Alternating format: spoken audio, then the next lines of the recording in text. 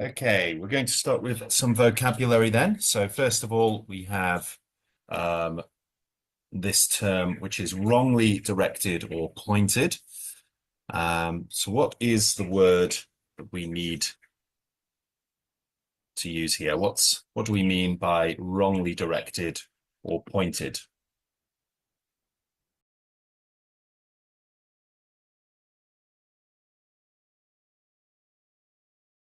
So is it misdirected, obstruct, glare, or sustainable?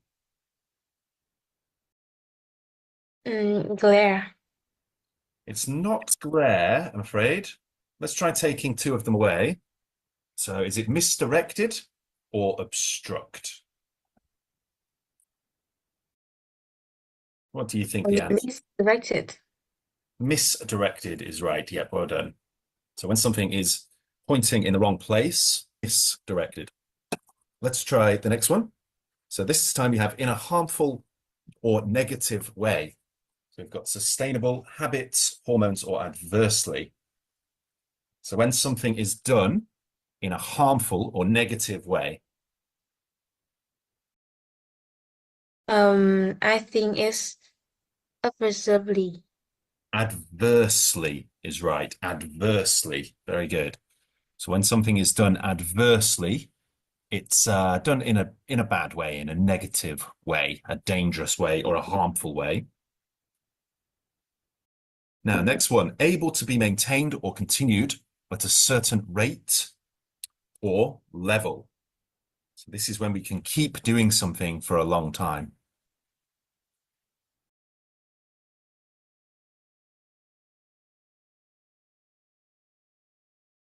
I think it's sustainable. Sustainable is right. Well done. Sustainable. If something is sustainable, we can keep doing it for a very long time. Very good. All right, well done.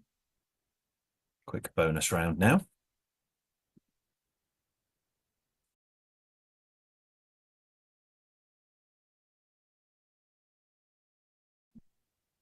So we just have to pick the correct card, or one card.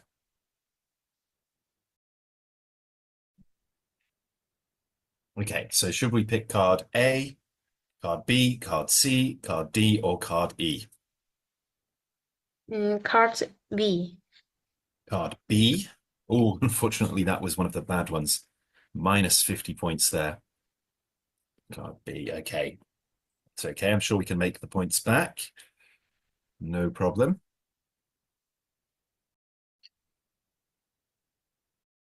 Okay.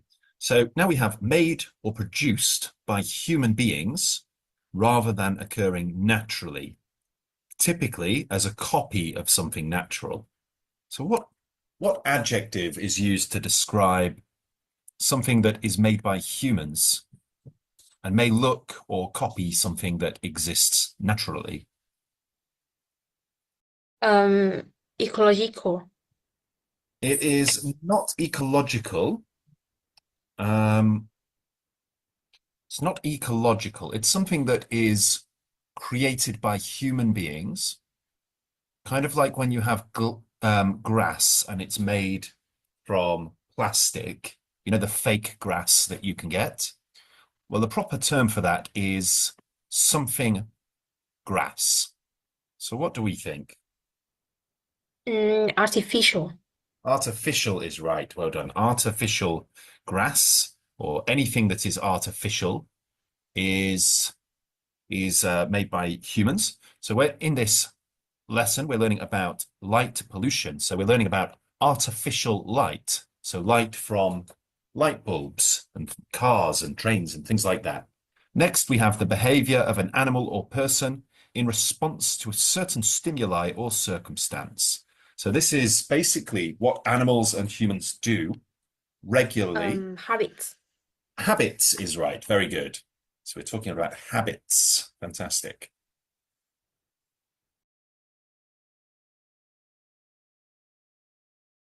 Question 6. So next we have the act of interrupting something or preventing it from continuing as usual. So when you interrupt something, you get in its way stop it from proceeding as usual, maybe stop it altogether. Does it disruption? Disruption is the act of, yes, interfering with something or interrupting something. Well done. And we had a very similar word to choose from there, which was obstruct, which is a verb rather than a noun. Right, so let's see. Can we get one of the green ones? So just try to avoid the red one.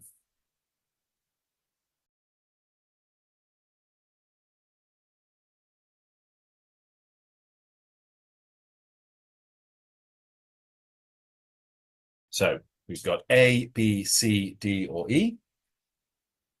I choose E. 200 points. Okay, so we got our points back from before. That's great.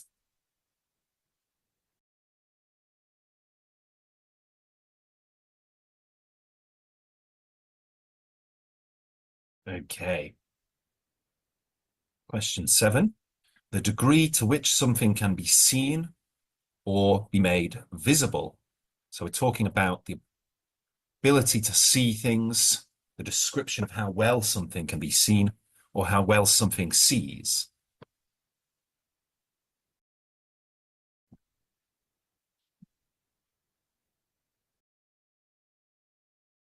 What do you think? Visibility. Visibility, very good. So visibility is a noun describing something, well, the rate at which something can be seen or something can see. Causing or likely to cause harm or danger or damage. Harmful. Harmful, very good. Great job. Okay, doing well so far, well done. Next we have question 9. So this is, well, these are chemical substances produced in the body that regulate bodily functions and behaviors. So we're talking about things like estrogen, testosterone, serotonin, dopamine, cortisol. Sustainable. No, sustainable is something that we can continue doing for a very long time. These are chemicals in our body, in our brain. And hormones. Hormones, well done. So our hormones, make us happy, sad, angry, or whatever else. Very good. All right, doing well so far. Another bonus round now.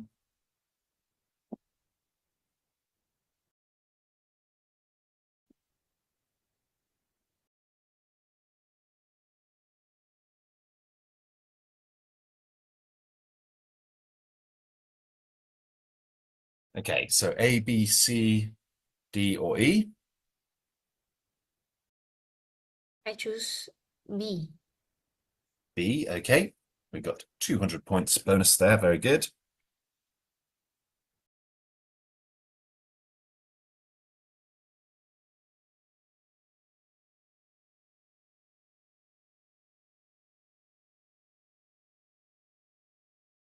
So this is relating to the natural environment and its relationships with organisms and their surroundings.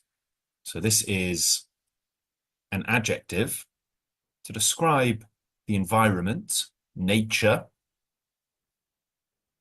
animals, trees, plants, rivers, lakes, and streams, and how they all work together. Ecological. Ecological is right. Well done.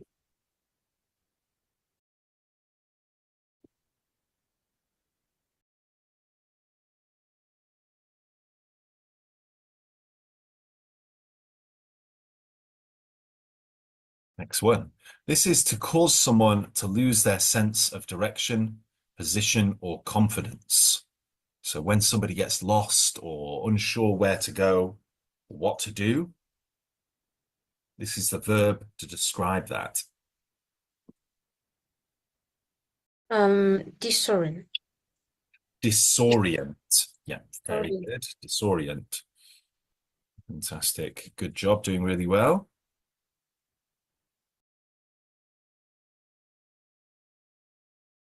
All right, very good. Next we have question 12.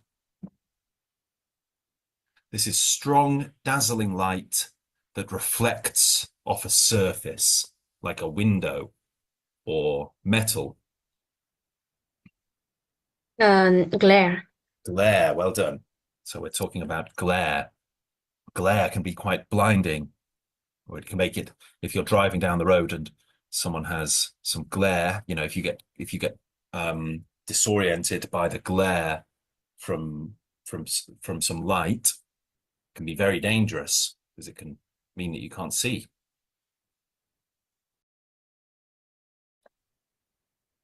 Right, so now we have A, B, C, D, or E. I choose C. C, very good. Okay. This is the extra time lifeline, so we can use that if we run out of time. Okay, question 13. To block or prevent something from moving or progressing. So we have a verb now.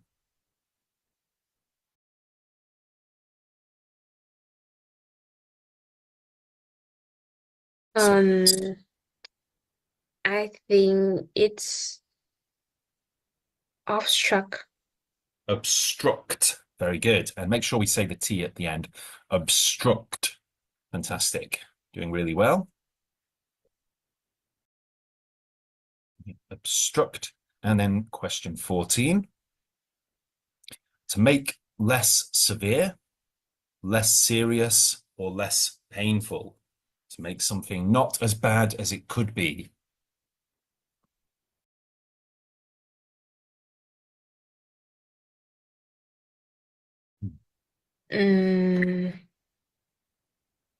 Misdirected. Not misdirected. I'm going to double the score on this one. It's not misdirected. This is a verb where we do something to make the damage less bad. So a seat belt in a car won't stop the car from crashing, but it will certainly reduce the potential damage that can be done. What do you think? I think is habit. It's not habits. So we want to reduce damage. It's not misdirected, not habits.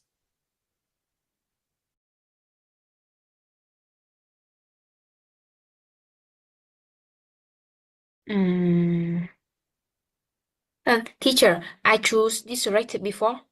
You did, yes. The And word how about mitigate, mitigate. So when we mitigate the damage, we reduce the damage.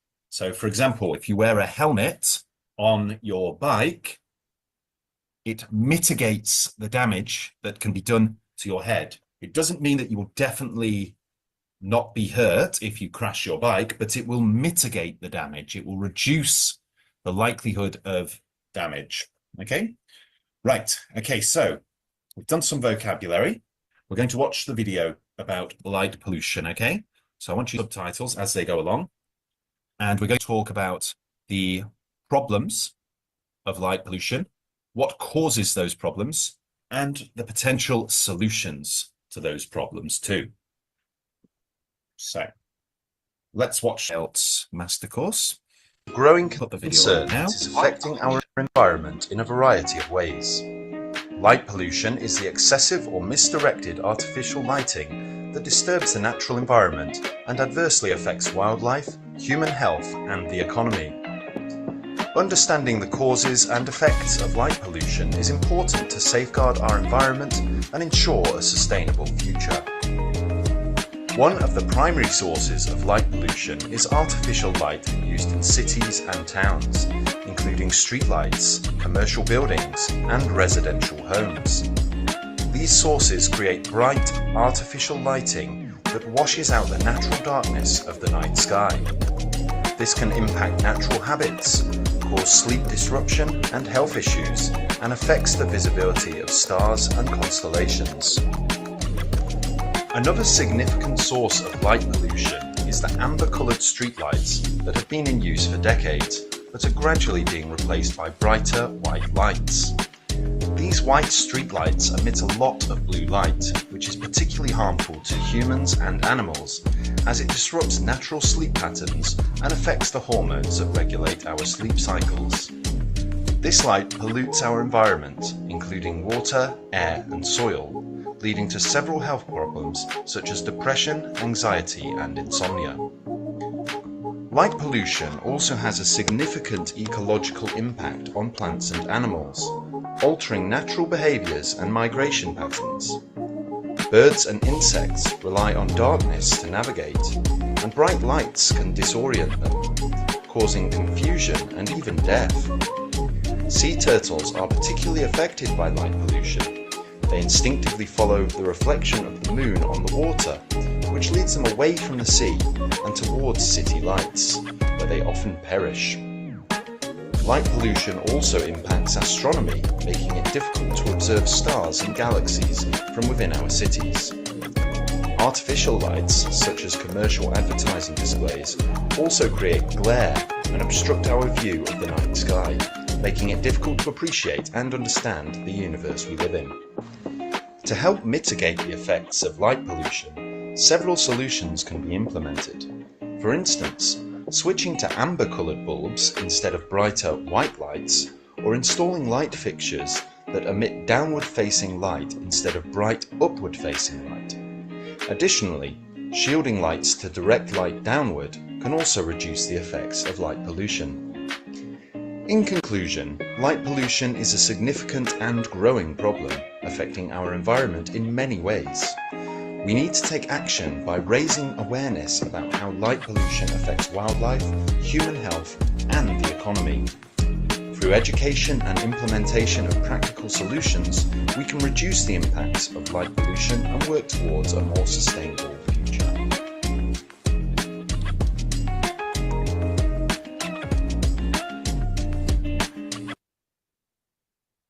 Okay, so what we're going to do now is we're going to just close that down. What we're going to do is we're going to look at a basic simple game here where we're going to put the problems, causes and solutions, causes, effects and solutions into the right category. So we've got educate others, poor planning, overpopulation, animal endangered, light shields, and air pollution. So let's start with causes. Can anyone tell me which one of these is a cause related to light pollution?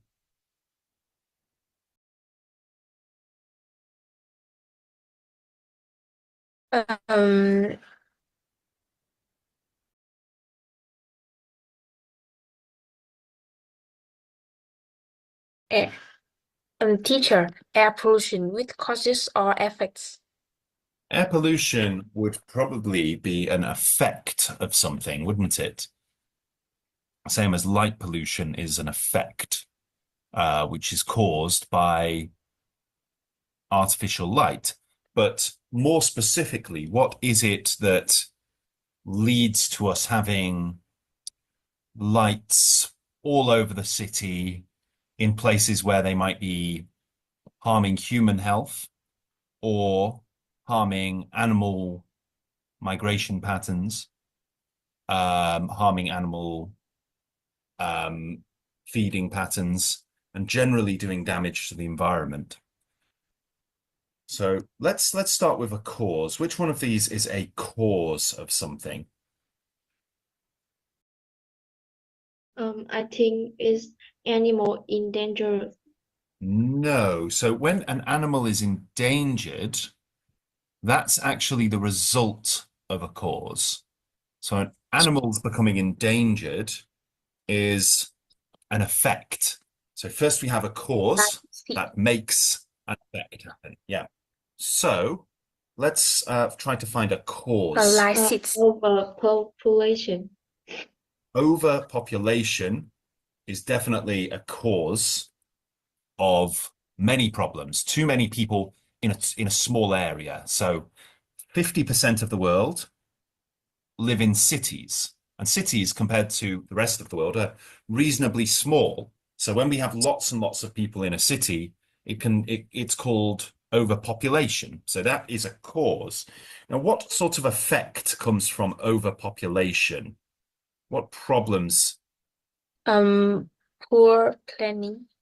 No, poor planning is not an effect of overpopulation. Lifestyle. No. So think about it, guys. I don't want you to just guess. Think about it, okay? Think about it carefully. We have the cause. This is something that makes something happen. The effect, what actually happens, and a solution. How can we stop it from happening? So, Air pollution. okay, air pollution can be an effect of overpopulation. Yeah, absolutely. What is a solution to air pollution? How can we stop so much air being polluted by cars, motorbikes, lorries, trucks? So we have too many people driving too many cars, which is causing too much air pollution. What is one way we could try to stop that or slow it down? How could we mitigate that problem? Educate Education of the other. Educate others. Yeah. So if we educate people on some of the environmental damage that each individual person can cause, then we can reduce the effects of air pollution as a result of overpopulation.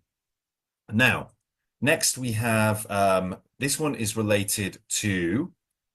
directly related to light pollution. So this is air pollution, of course, but light pollution is another problem we have in cities. Okay. What is maybe one of the causes? lysis. No. Poor planning. Poor planning, right? So when we talk about poor planning, we mean that when people built the city, they didn't think about where the light would need to be or what it could do to the animals, what effect it could have on animals.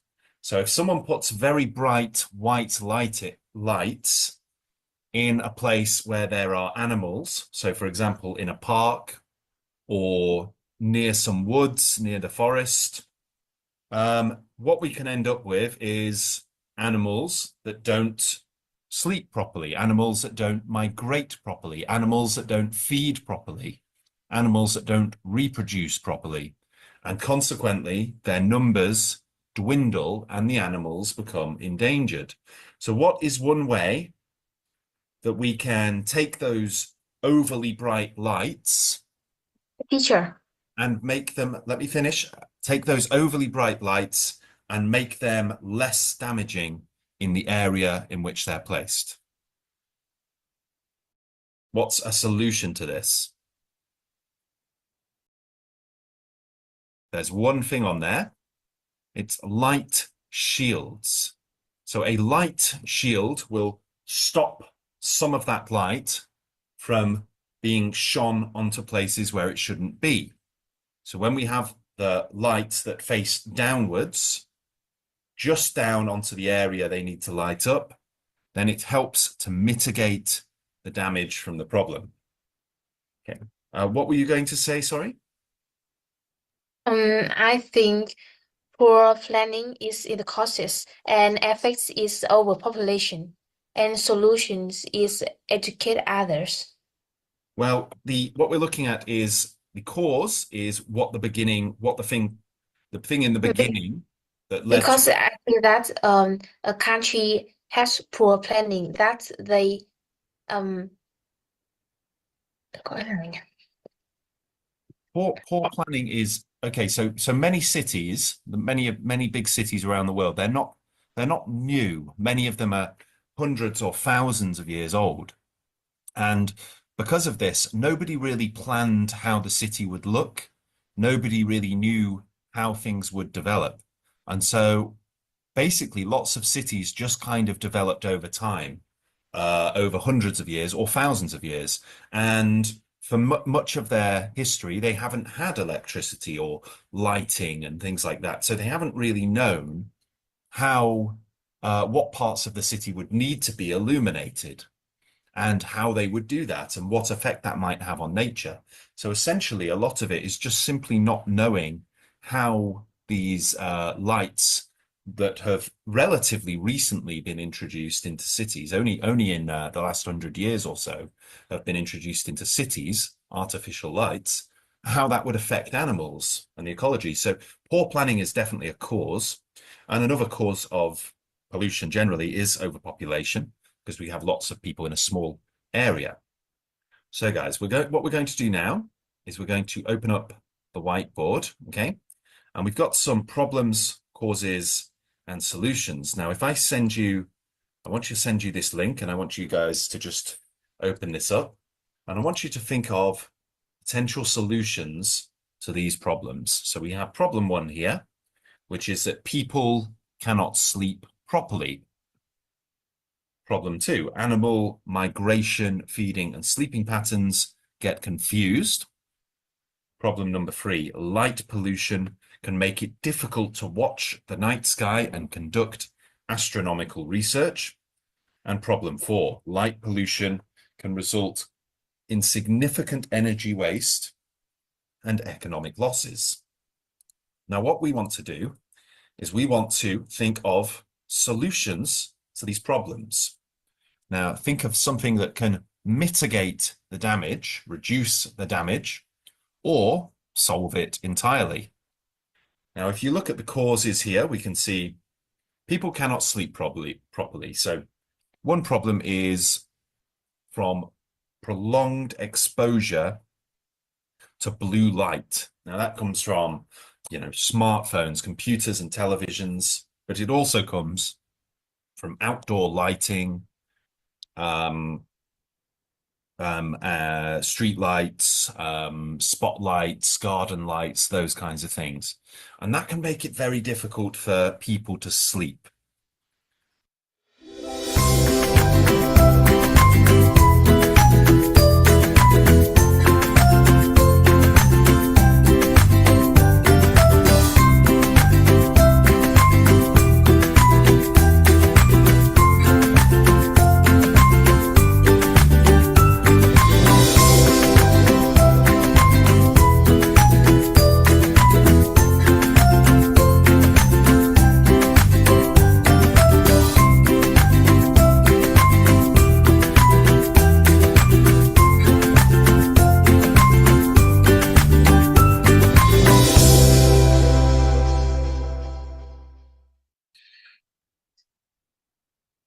Okay, guys, so thank you for joining our lesson today about gorillas.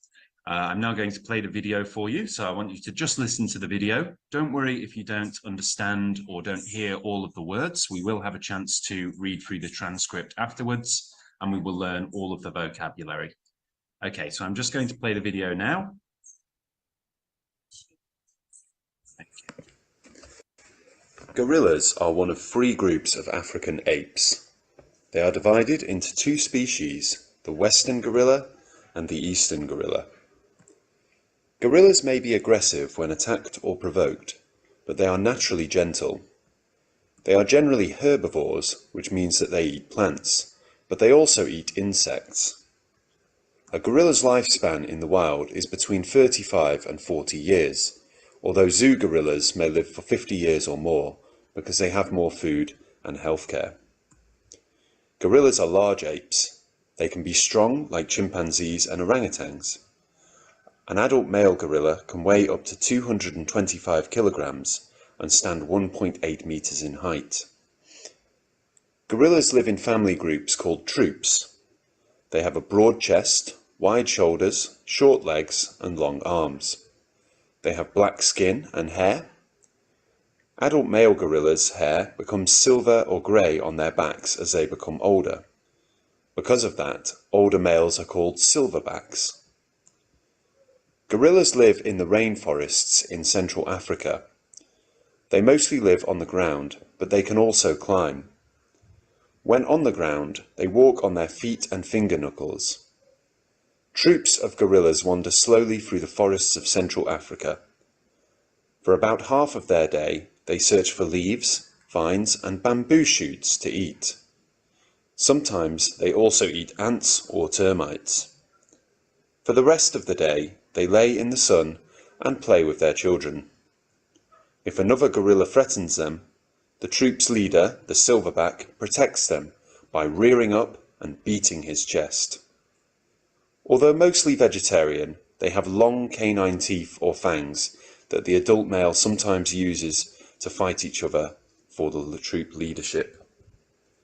Gorillas sleep in nests that they build on the ground. At the end of each day, each adult gorilla spends a few minutes putting together a soft, flat bed made of leaves, branches, and moss. The young gorillas sleep with their mothers.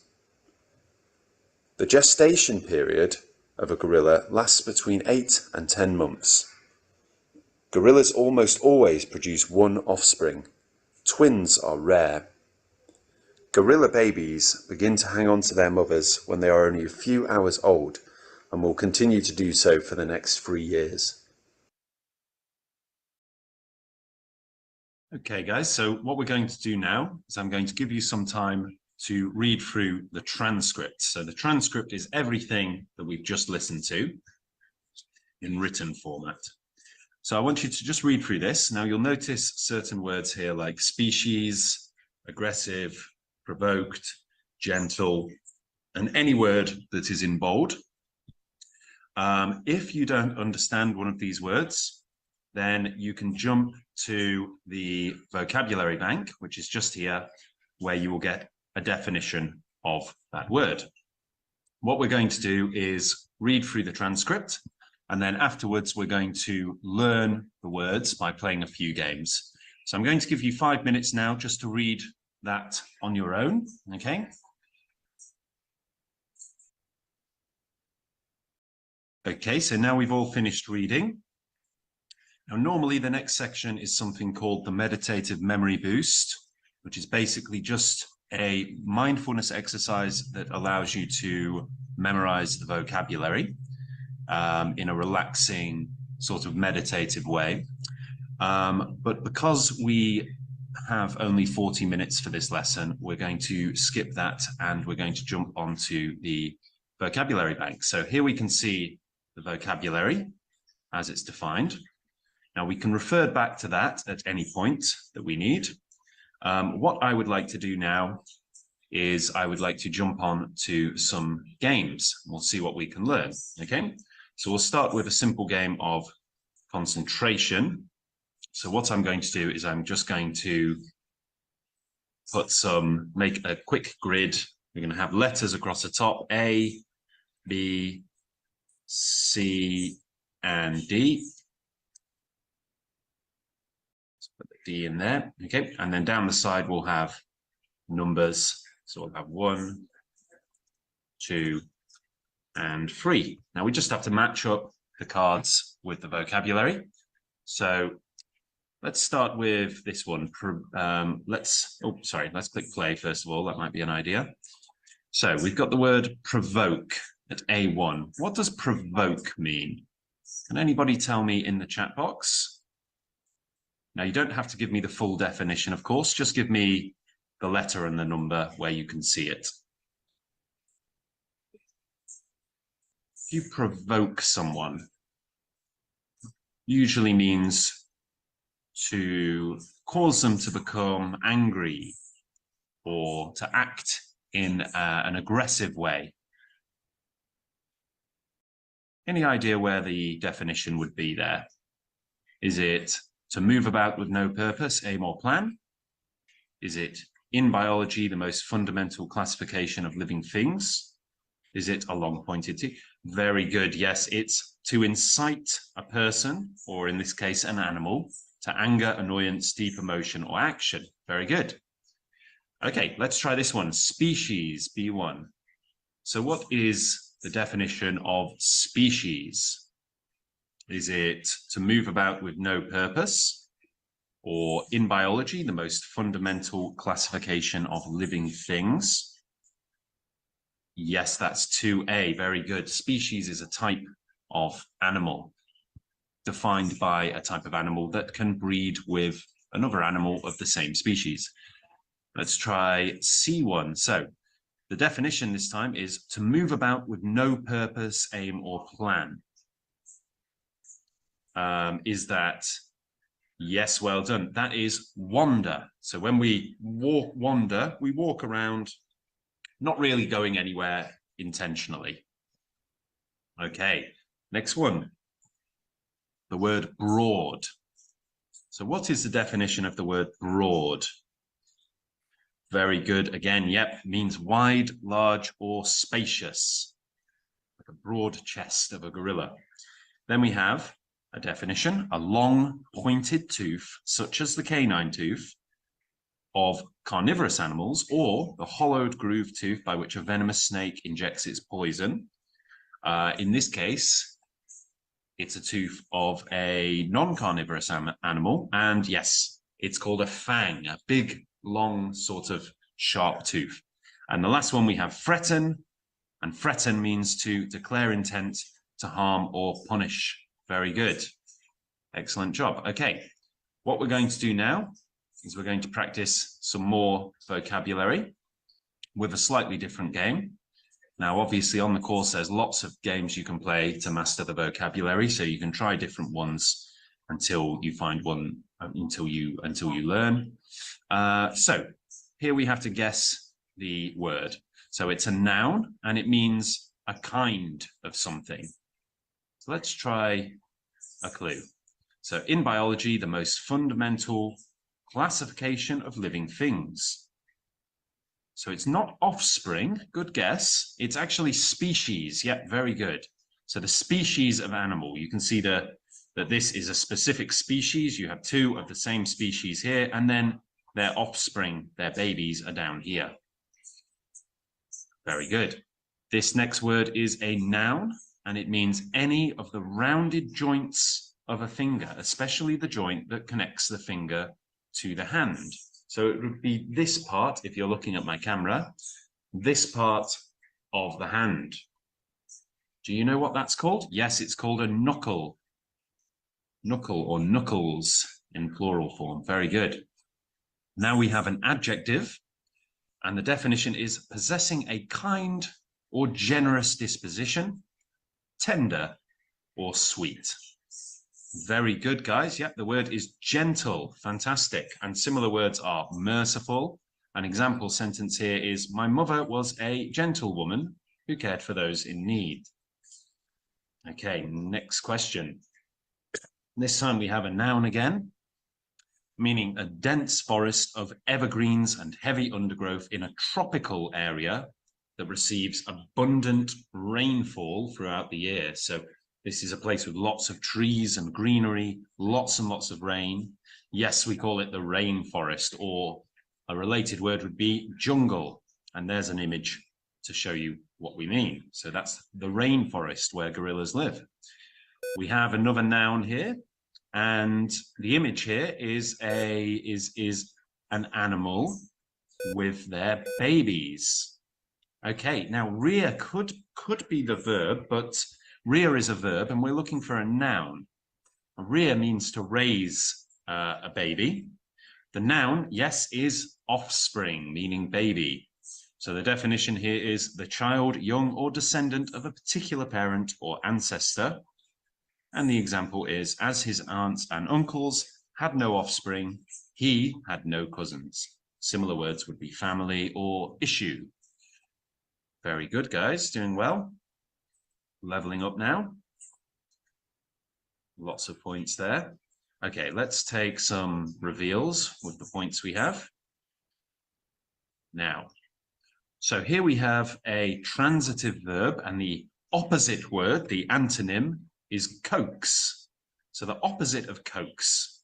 So instead, when we coax something, it means we kind of encourage it to happen, but this is something where we don't encourage so much as admonish or menace or overcast.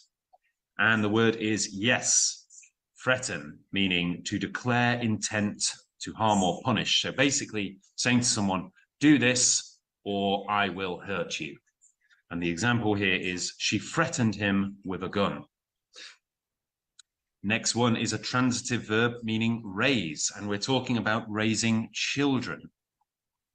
Does anyone have any idea what this word might be?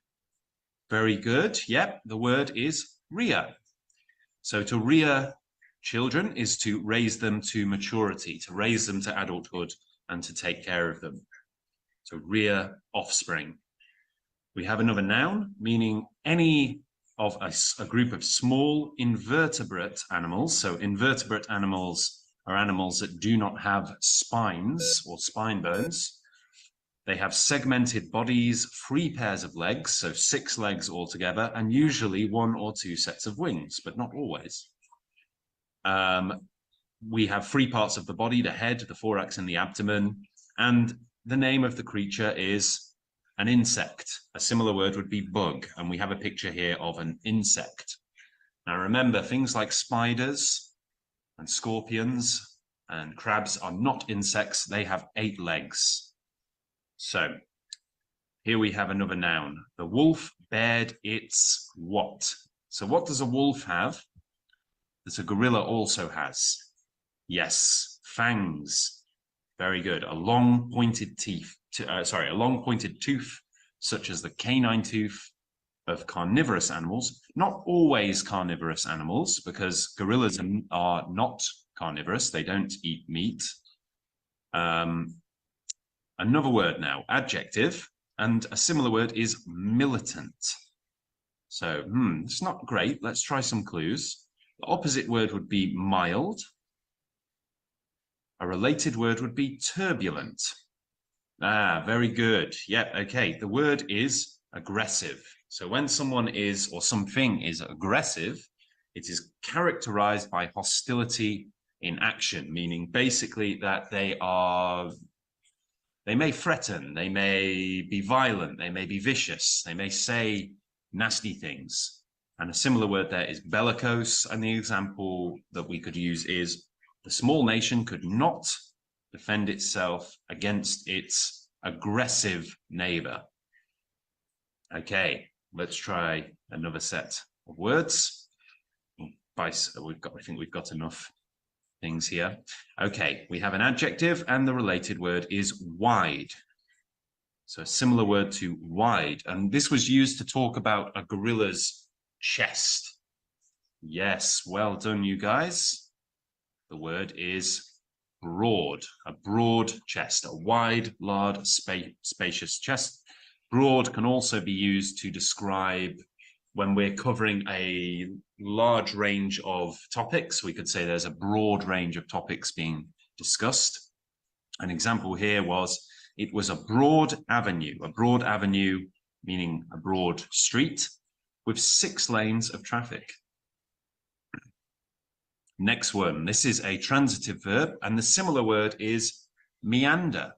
Now, when we say meander, we usually talk about a river moving left to right, kind of twisting and turning. That's what the word meander means. So when we talk about a river meandering, it's sort of moving, it seems like it's moving wherever it wants. It seems to be moving randomly. So when we talk about a person meandering, in terms of physically meandering, the word we want to use is wander. A related word there is walk. But the definition specifically isn't just to walk, it's to walk with no purpose, no plan, no aim, no set location, no destination. We wandered in the park, engrossed in conversation. So they walked through the park. Their plan wasn't really to go anywhere, just to walk around and enjoy the atmosphere of the park. Doing well, guys. Okay. Another transitive verb and a similar word is incite. So when we incite something, we cause something to happen. But it's usually something caused by an aggressive action.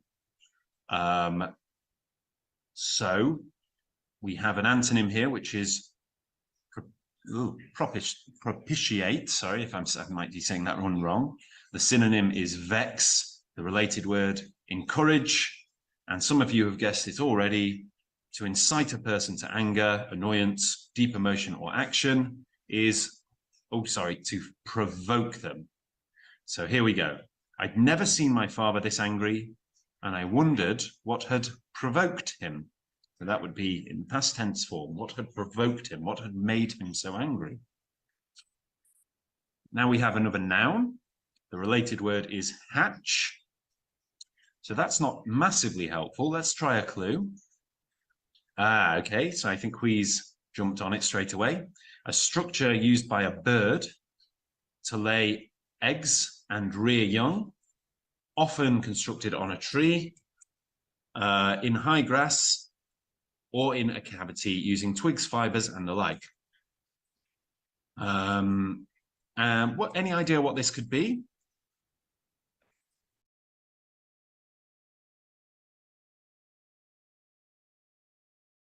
Very good, guys. Yep. Okay, fantastic. The word is nest. Fantastic. So gorillas build their nests on the ground. Very good. All right. Let's try another one. So we have an antonym here. The opposite word is narrow. Now it's an adjective, so we're describing a noun. Okay, and the answer is wide. Yep, the opposite of wide. Similar words could be open or large or broad, expansive. And here we have a wide horizon as the example. Okay, great job, guys. Fantastic. Okay, right, let's try another game this time. So this is just a vocabulary game to expand on some of the vocabulary we've already learned. So there is some of the vocabulary we've already learned in here, and there's also some extra vocabulary, so we can learn a little bit more as well. So let's have a look at this. We're going to find the match here. So we've got all sorts of words, some of which we've already learned. So what is this picture here? What is this? The nest. It is a nest. Very good. Well done. That's a nest. Fantastic. That's a bird's nest rather than a gorilla's nest. What about, what are these? Now, this is a word we haven't learned yet, but does anybody know it anyway? There's branches. Branches. They're not branches. They do come from trees. Vines. Yeah, these are called vines. They're sort of like growing. They sort of grow up trees and they dangle down. Ooh, what's this? Right here. So it's obviously a part of a tree. Bark. Is it bark? Yes, it is. So bark is the outer side of the tree that protects it from bugs and things like that. Okay, what is this gorilla doing? We need a verb. It's when you go like this. Apes. No, not quite. What's it doing? Beat. Yeah, it's beating its chest. Like that. Very good. Okay. All right, right. What are these two men doing? Another verb. Do you know what this sport is called? Wrestling. Wrestling, yeah. So what they are, the verb here is wrestle. So gorillas wrestle sometimes. Okay. What's this little girl doing? Another verb. It's also a noun for the thing in the picture. The swing is right. Yeah, very good. Very good. She's swinging. Very good. Okay, so now this is not a gorilla, but what It's is it? apes. Yes, It's so gorillas, orangutans, these are apes. Now, don't remember, they're not monkeys. A lot of people get that wrong. They're not monkeys, they're apes. Okay, what are these things coming off this small tree? branches. Branches, that's right. Very good. Excellent job, guys. We're doing really well. Okay, oh dear, what's happening to this man? The dog is, yes, the word is chase. Yep, fantastic. So, what's the next one? Okay, now the little baby there is going to sleep, and so is the mother. This is when you go to sleep for just a short time. It's called, what's it called? Napping. A nap. A nap, yep, or napping. Very good. Oh, okay, sorry. I thought it was nap. Apparently, it's not nap. So let's do this one first, and then we'll come back to it. It's a forest. It's a forest. Very good.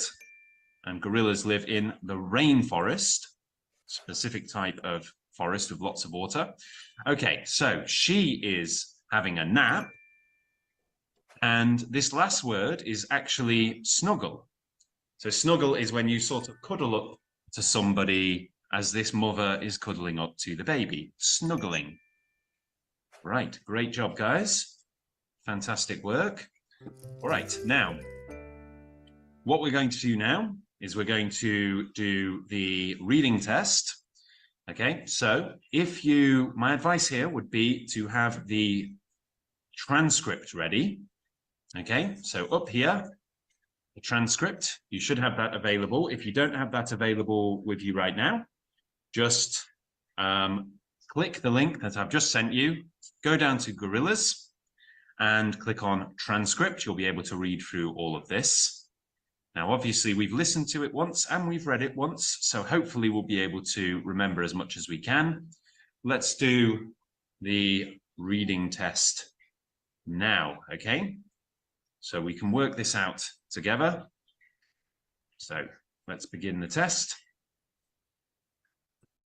A gorilla's legs are usually small, weak, large, or strong. Large. What I'm going to do, guys, so that we can all look at this together, is I'm going to have the transcript ready as well. So I'm just going to open that in another tab, so we can scroll back to the transcript and check our answers. Okay. So just bear with me one moment while that loads up, and we can find the word. Now, let's bring up the transcript. Now, of course, as they would in an IELTS test, these will be in order.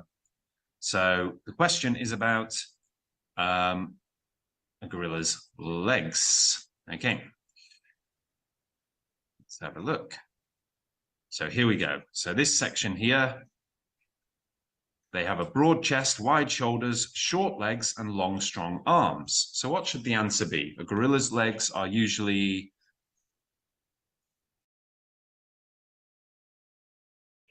what? Strong. Small, because the word that we're looking for is short, and a synonym of the word short is small. So when we do the IELTS reading test, we need to look for things like synonyms, because they won't often use the exact same word. So when gorillas have eaten enough food, they will do what? Play with their offspring, climb trees, fight other gorillas, or sunbathe. Now we've got two answers here. So let's play with their offspring is one of them. And what's the next one? So let's have a look for the food. Okay. So for about half of their day, they search for leaves, vines, and bamboo shoots to eat. Sometimes they also eat ants or termites. For the rest of the day, they lay in the sun and play with their children. So we've got play with their offspring, which means children, and what else? What else do they do? Do they climb trees, fight with other gorillas, or sunbathe? Sunbathe. Is the right answer. Very good. Okay, fantastic. Something gorillas have silver or grey hair. Old gorilla. Old, yep, you remember that because they're called silverbacks. So older male gorillas. Yep. Okay, gorillas spend about what percentage of their time looking for food? Is it 50%, 70%, 30%, or 10%? So we can read it right here. For about half of their day, they search for leaves, vines, and bamboo shoots to eat. 50%. 50%, that's half the time. Very good. True, false, or not given. Sometimes gorillas eat insects. True. That is true, and we can see that there.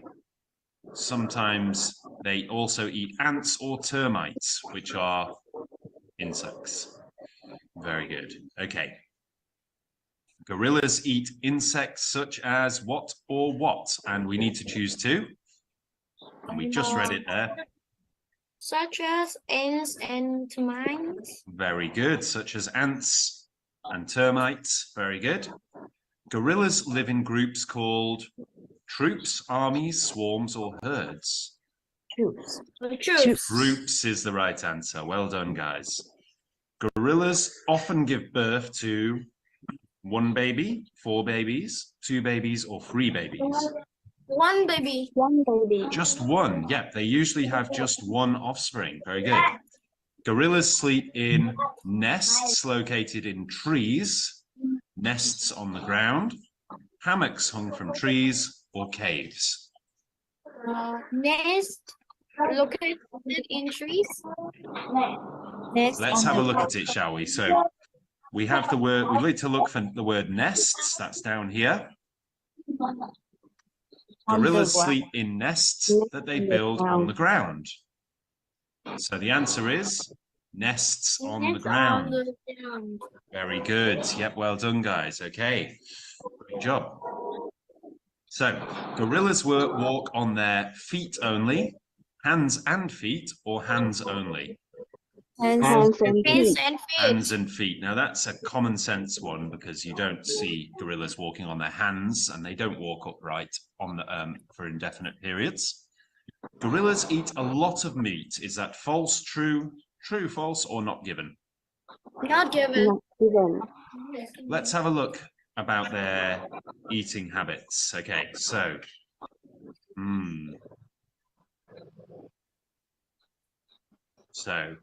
Mostly vegetarian. very good. Yep. Although mostly vegetarian. So a vegetarian is an animal or a person that chooses to eat no meat, no fish. So they eat a lot of meat. That is false. Yeah, they do not. They eat almost no meat at all. They don't really eat meat at all. They eat some insects, but that's about it. Gorillas are usually aggressive. Is that false? Silverback gorilla is an younger male? Older male. We have a clue there because it says an, so we know it begins with a vowel sound. It's an older male. Their fur gets silvery. Gorillas live longer in captivity, so in zoos. Is that true, false, or not given? Not given. Let's have a look in here. So what we want to look for is words like lifespan or how long they live. Aha, here we go. A gorilla's lifespan in the wild is between 35 and 40 years, although zoo gorillas may live for 50 years or more because they have more food and healthcare. So when they live in the zoo in captivity, they live longer. So it's actually true. Gorillas reside in the, is it grasslands of Central Africa, rainforests, oceans, or tundra? Rainforest. Rainforests, very good, fantastic. Gorillas usually climb in the trees, walk on the ground, swim in the oceans, or fly in the sky. Climb in the trees. Ooh, so we had climb in the trees and walk on the ground. What do they do for most of the day? Walk on the ground. They Walk on the mostly ground. walk on the ground. Now, they do Walk on the sometimes ground. climb in the trees, but they mostly walk on the ground. Gorillas usually eat something, something, and something. So is that root vegetables, ants, and fish, leaves, vines, and bamboo shoots, bark, leaves, and bamboo shoots, or fruit, vegetables, and meat? So let's have a look. Leaves, vines, bamboo and branches. Bamboo shoots. Leaves, vines, and bamboo shoots. Yep, very good, guys. Yep, excellent work. Leaves, vines, and bamboo shoots. Okay, coming to the end of the lesson now, so let's finish this off. Gorillas live longer in zoos because they are taken care of by the zoo's veterinarians. True or false or not given? True. It's true. Well done. Nope, it's true because it says it just there that in the zoos they have better medical care.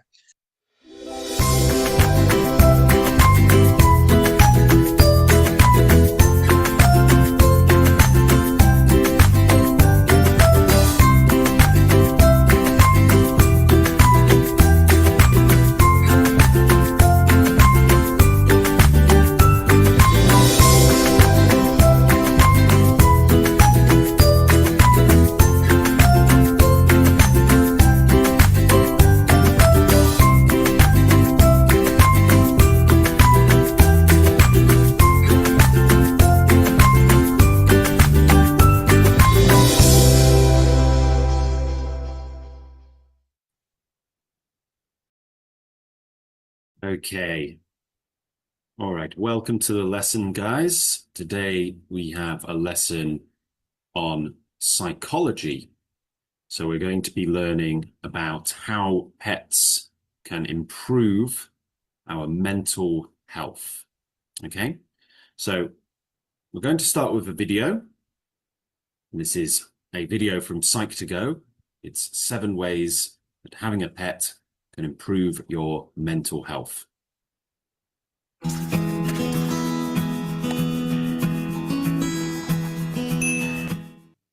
Hey everyone, welcome back to another video by Psych2Go. First off, thank you to our amazing audience out there. You've now reached over 3 million. It's with your support that we're able to continually bring content that will surely add to your knowledge. Psych2Go's vision is to make psychology accessible for everyone, as well as occasionally covering topics around mental health.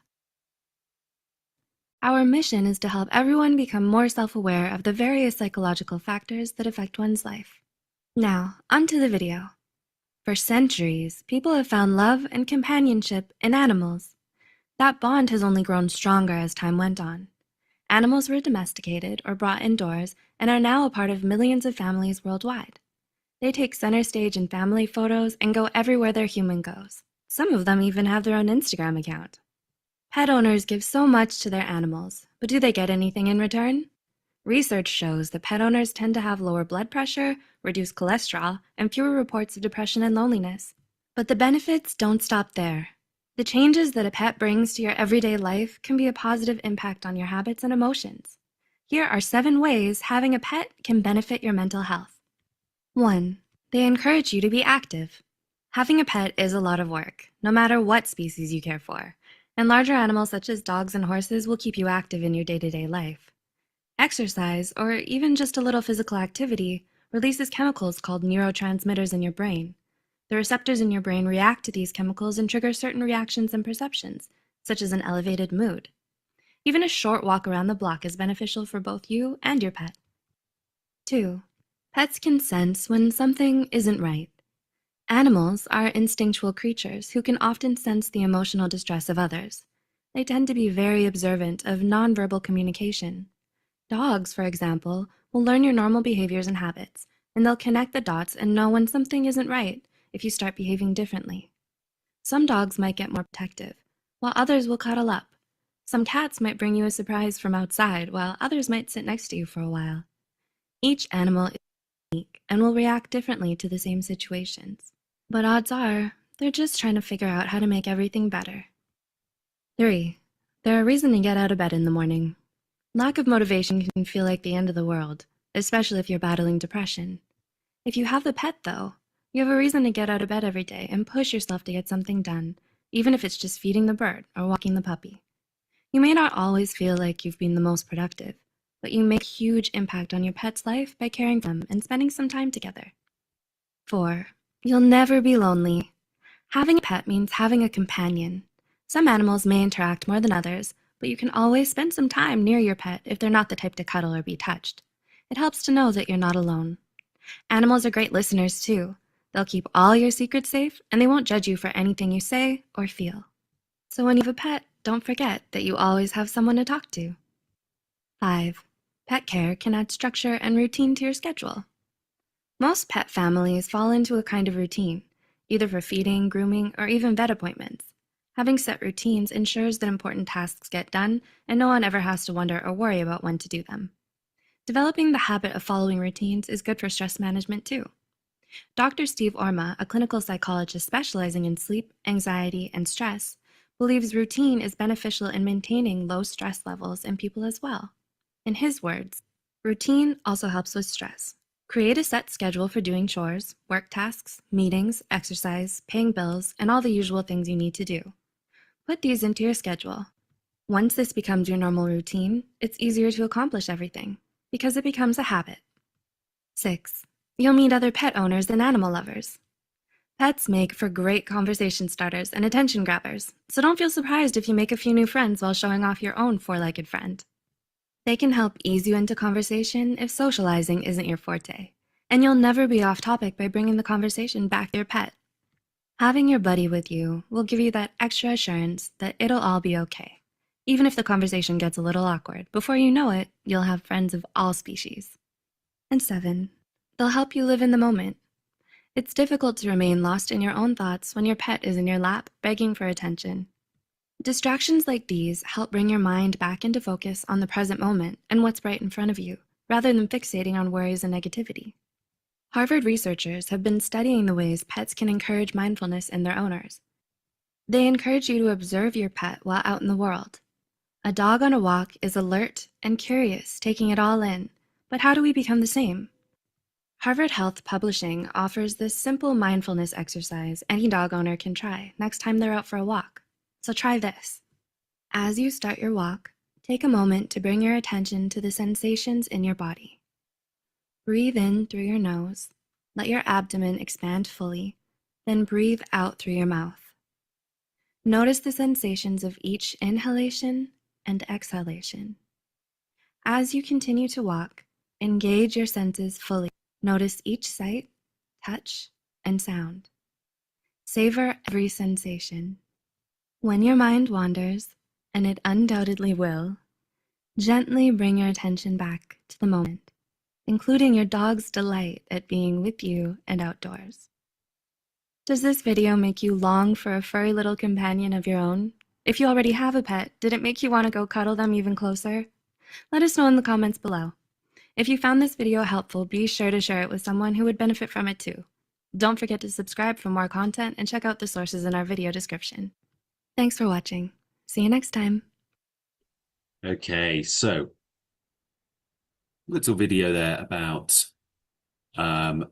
basically the psychology of how pets can affect our mental health.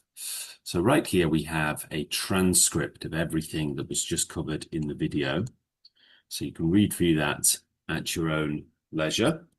So this is quite good for when we do the reading quiz a bit later. We can sort of go back and check some of the answers and some of the answers to some of the questions. It's also good for looking at the vocabulary words in context. Next, we have the vocabulary bank, which is just a simple list of vocabulary. You can copy that and use it. Use it for making notes and understanding what the words mean. So I'm going to pop those in the chat box for you, just so you can have a look at them. Because what we're going to do shortly is we'll do some vocabulary games, just to sort of drill home what the vocabulary means. So while I'm just sorting that out, so Quian, do you have a pet at all? Do you have a cat or a dog or any fish, turtles, anything, any sort of pet? Yes, I have a dog. You have a dog. Fantastic. Yeah. And does your dog have a name? What's the name of your dog? His name is Lucky. Lucky. That's a nice name. Very nice name for a dog. How long have you had Lucky for? 1 year. 1 year. Okay, you've had him for 1 year. Is he still a puppy then? Is he still a baby? He is a baby born from her mother, and her mother is also my pet. I see. Oh, so you have the mother and the baby. Fantastic. Yep. And is Lucky a big dog or a little dog or a medium-sized dog? He is a little dog. Little dog, right. Okay. All right, fantastic. Well, that's nice. Do you find that having Lucky makes you happier? Do you enjoy having Lucky? Yes, I usually play with him in the weekend. Fantastic. So you enjoy playing with Lucky on the weekend. That's fantastic. Okay, guys, so we're going to go through some vocabulary now. So if you played this game before, we have the options for the word just here, and then the clues for the word here. Now, if we need more clues, we can just click this and we get a new clue, okay? So this word it means to bind together, to like join two things together. It's a verb, a transitive verb. And the example is the heat, the two pieces of metal.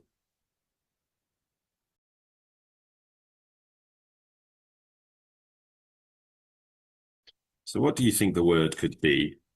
Bond.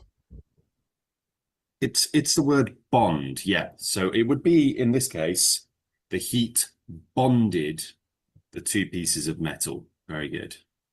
The heat bonded. So we would use the past tense version of that verb. The heat bonded the two pieces of metal. Very good. What about this next one, the noun? The relationship existing between or among companions, friends, or people who are together for any sort of period of time.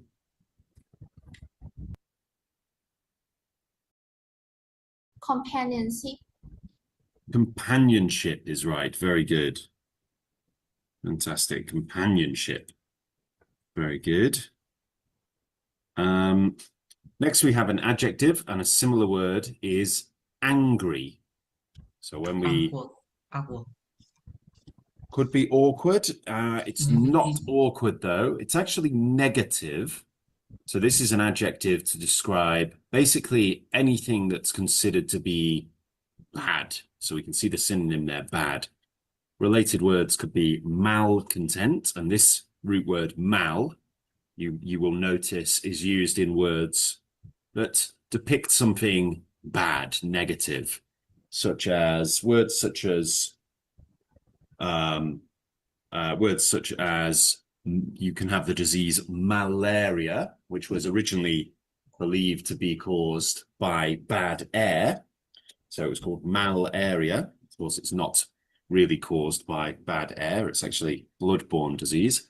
Then you've got words like malicious or malice. Sort of the malice is sort of something done with anger. And malicious is the adjective to describe something done with malice, with anger. So malcontent. Then we've got the example here. The film received negative reviews from the critics, but it was hugely successful with audiences. And then we've got sort of the definition here, which is pessimistic, cynical, or critical. And the opposite word is approving or positive. Right. So next we have a noun, a strong or exceptional point, such as a talent or a skill. And this is a French word. Sorry? Anxiety. No, anxiety is worry for the future. Fort. Yes, but it's pronounced forte. Forte. Yeah? It's a French word, forte. So your forte is something that you are particularly good at, something that you're very talented at, something you're you can do very, very well. So the example here is witty dialogue is the author's forte. Right. A related word is talent, a similar word is gift, and a synonym is skill. So this is my forte, something I'm very, very good at. Next, we have a noun, and we have an image here of somebody, presumably in the army, doing press-ups, doing exercise. Routine. So what's this related to, do you think? Routine. I'm sorry? Routine. I can't really hear that. Let's have a look at some clues. So we've got process and order, a related word and a similar word. Routine. Routine. Routine is right. Very good. Yeah. Because when we exercise, it's usually part of a routine. It's usually something we do regularly. Yep. So we've got examples here. His habits interfered with the daily routine of the business, and the definition standard or customary procedure or course of action.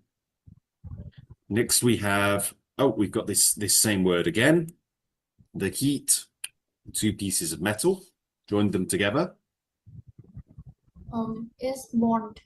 Bond, yep. Well, it should be bonded, or bonds if it's in the present simple tense. Yep, okay, very good. Then we've got standard or customary procedure or course of action. So we've had this one before. Routine. It's routine, yep, very good. So we're getting some repeats here, but it's okay. Next we have an adjective, and a similar word is hostile. So when somebody is hostile, it means they're, aggressive towards you. They're not friendly. They're against you, directly against you. What do we mean by hostile? What do you think is the closest word? Unique. Not unique, no. Awkward.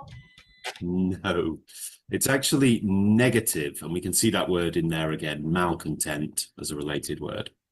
Yeah. All right. Okay, let's try level 2.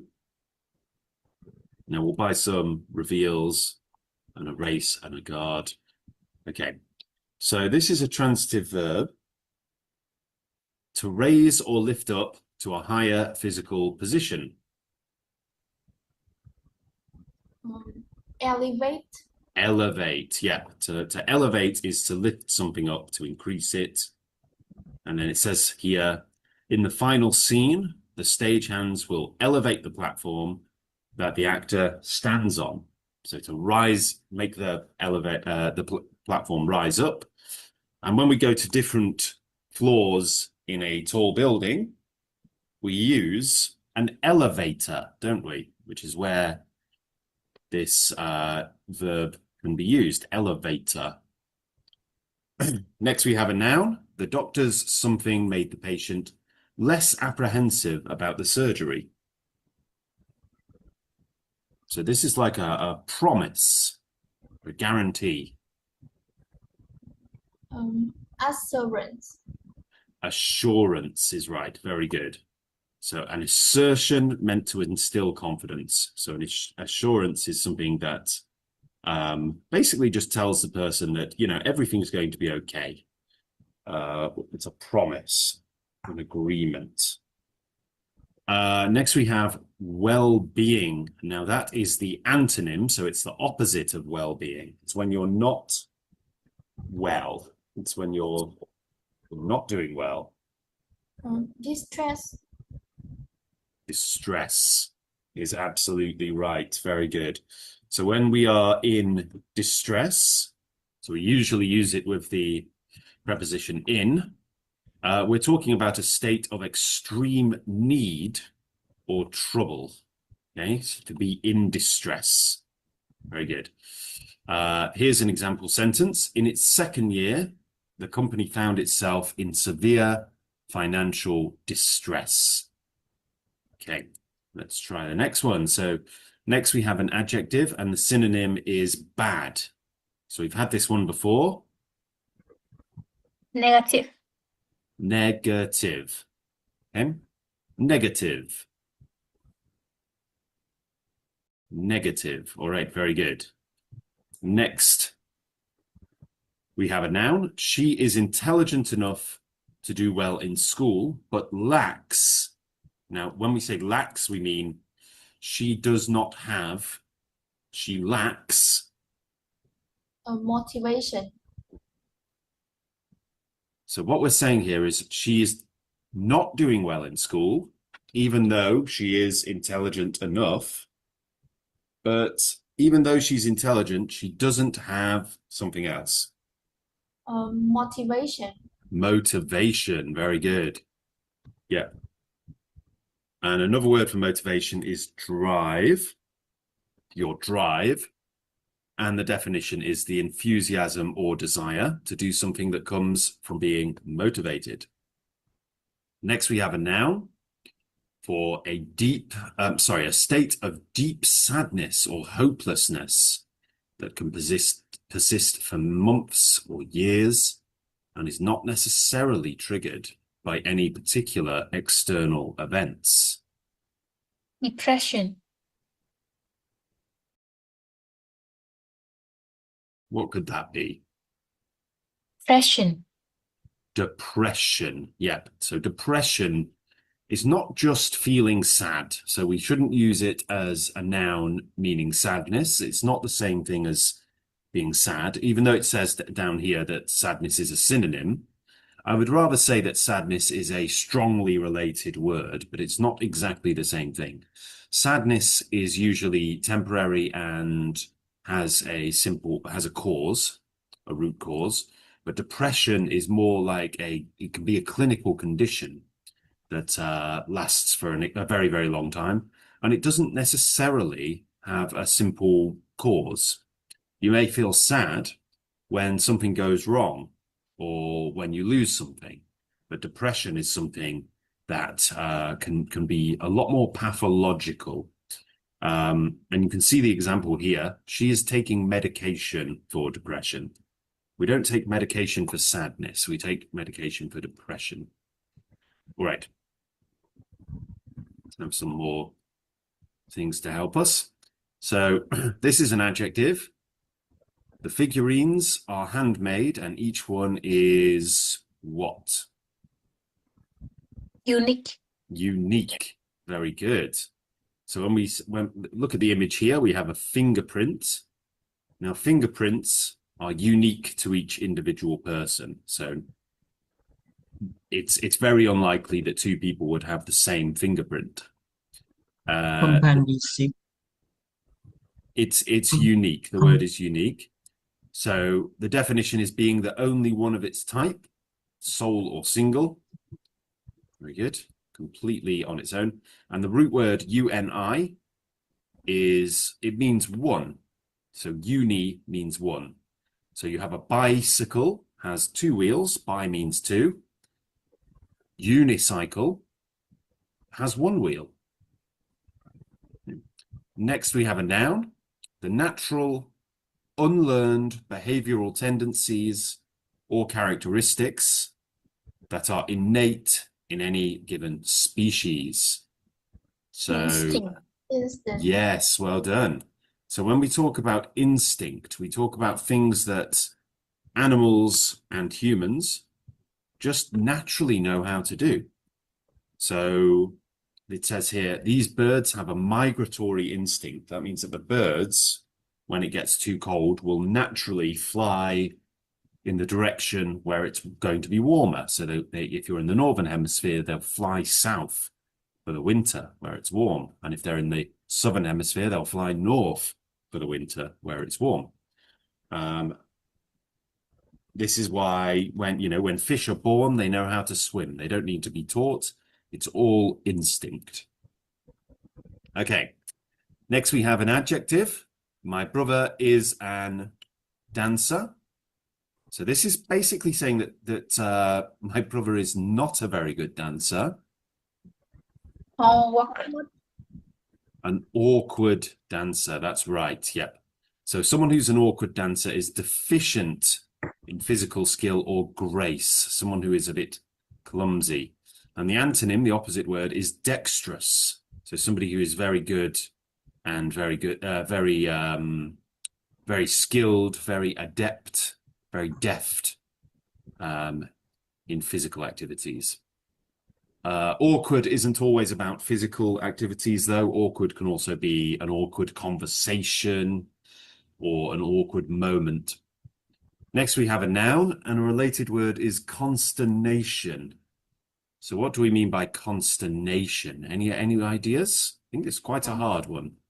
So maybe we could think anxiety. Let's have some clues.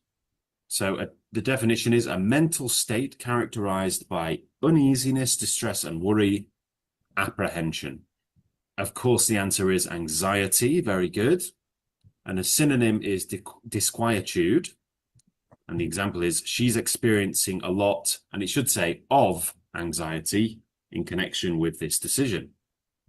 Very good. Next, we have an intransitive verb. We were pleased to see that the students from the two schools were something well. And this would be a continuous verb. So it would actually end with something ing well. What do you think the word could be?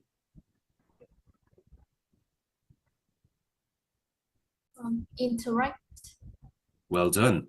Interacting well. So when we interact, it's two or more people or things acting in conjunction with and in response to one another, and in a particular situation, or of one person to act in conjunction with and in response to another person or persons. So you can see here the people are interacting with this dolphin, aren't they? And the dolphin is interacting with them. Very good. Okay, good job, guys. Doing really well so far. Now let's go back onto the Stax English IELTS Master Course. And we'll try putting those into sentences.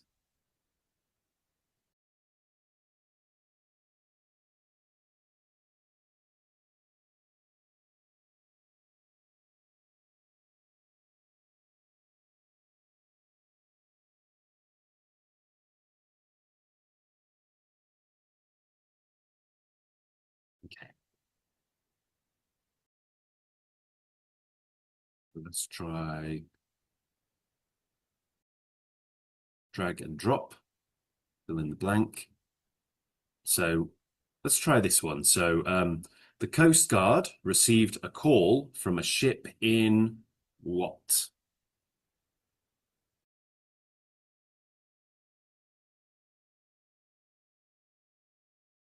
So the ship is calling out saying, help us, help us, help us. We need help.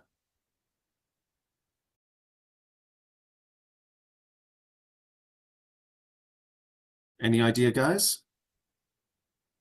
Society. Say that again. Society. No. Let's try a different one. These birds have a migratory something. Instant. That's right. Yeah, instinct. Very good. The film received something reviews from the critics, but it was hugely successful with audiences. Fourth. Interacting. Not forte. No, not interacting. So a review of a film is what people said about the film. So Negative. people said this film was awful. Yep. So negative reviews. But despite the negative reviews, it was still very successful. Next, everyone's fingerprints are Unique. unique. That's right. Well done. My brother is an Awkward.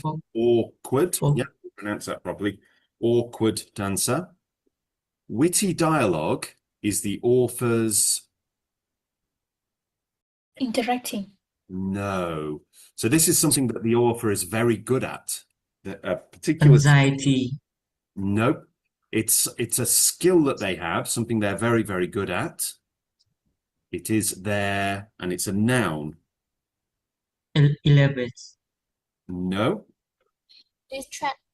Nope. Right. We'll come back to that one. So her doctor told her she should something her legs.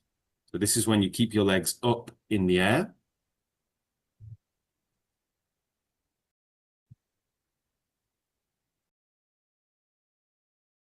Elevate.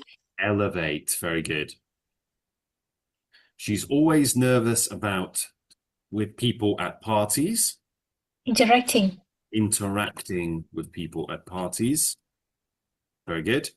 We were pleased to see that the students from the two schools were, well, interacting well. Good. And his wife, being a police officer, caused him a good deal of, no, he's anxiety, yeah. Because he was probably doing something bad. Okay.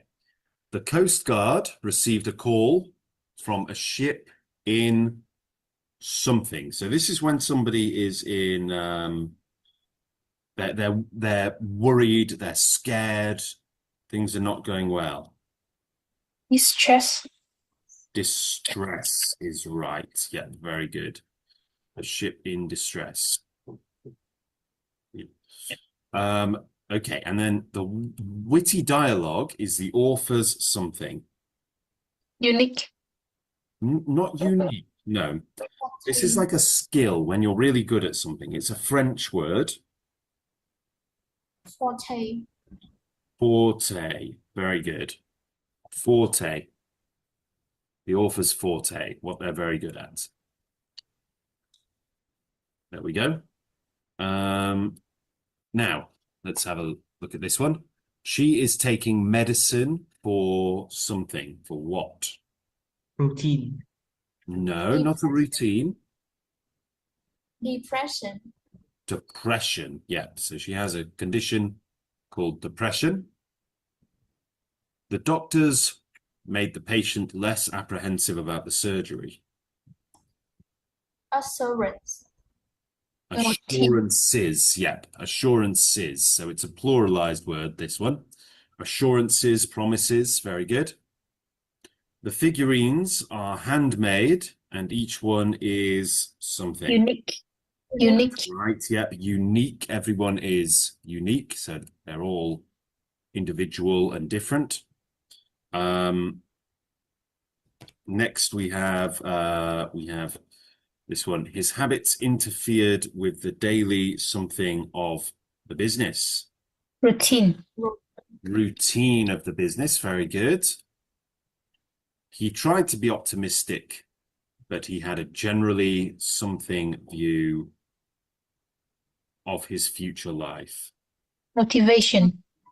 Not motivation. Motivation is a noun to describe to describe the drive to do something.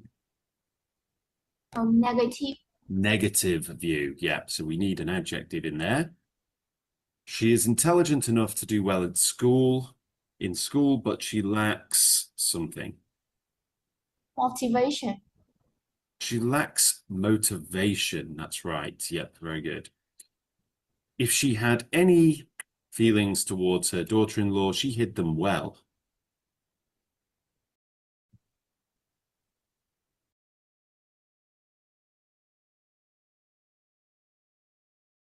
Bonded. Say that again, sorry. Bonded. Not bonded, no. Negative. Negative, very good. If she had any negative feelings towards her daughter-in-law, she hid them well. Very good. Next one. In its second year, the company found itself in severe financial distress. Very good. Very good. The heat, the two pieces of metal. So this is a past tense verb now. Bonded. Bonded. Bonded. Very good. Yeah. Bonded.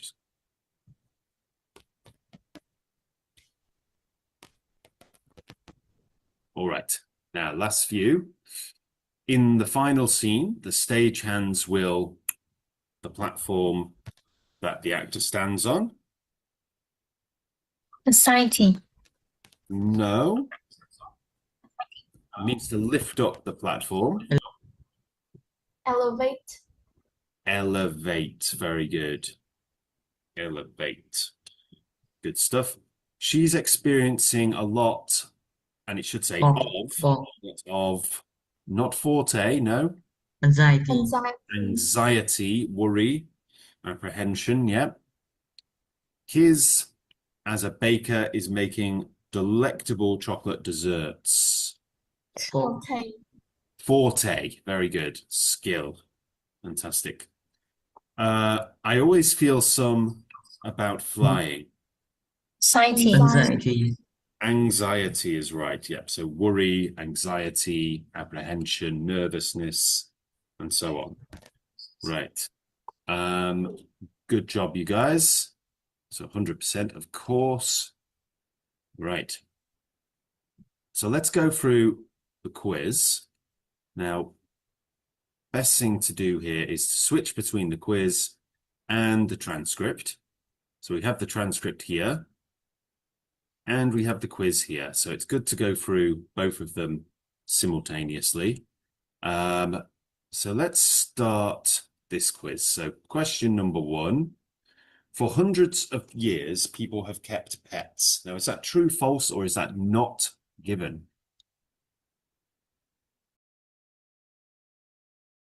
What do we think? Let's have a look at the transcript while we're going through. So why? So you're saying true. Why are you saying true?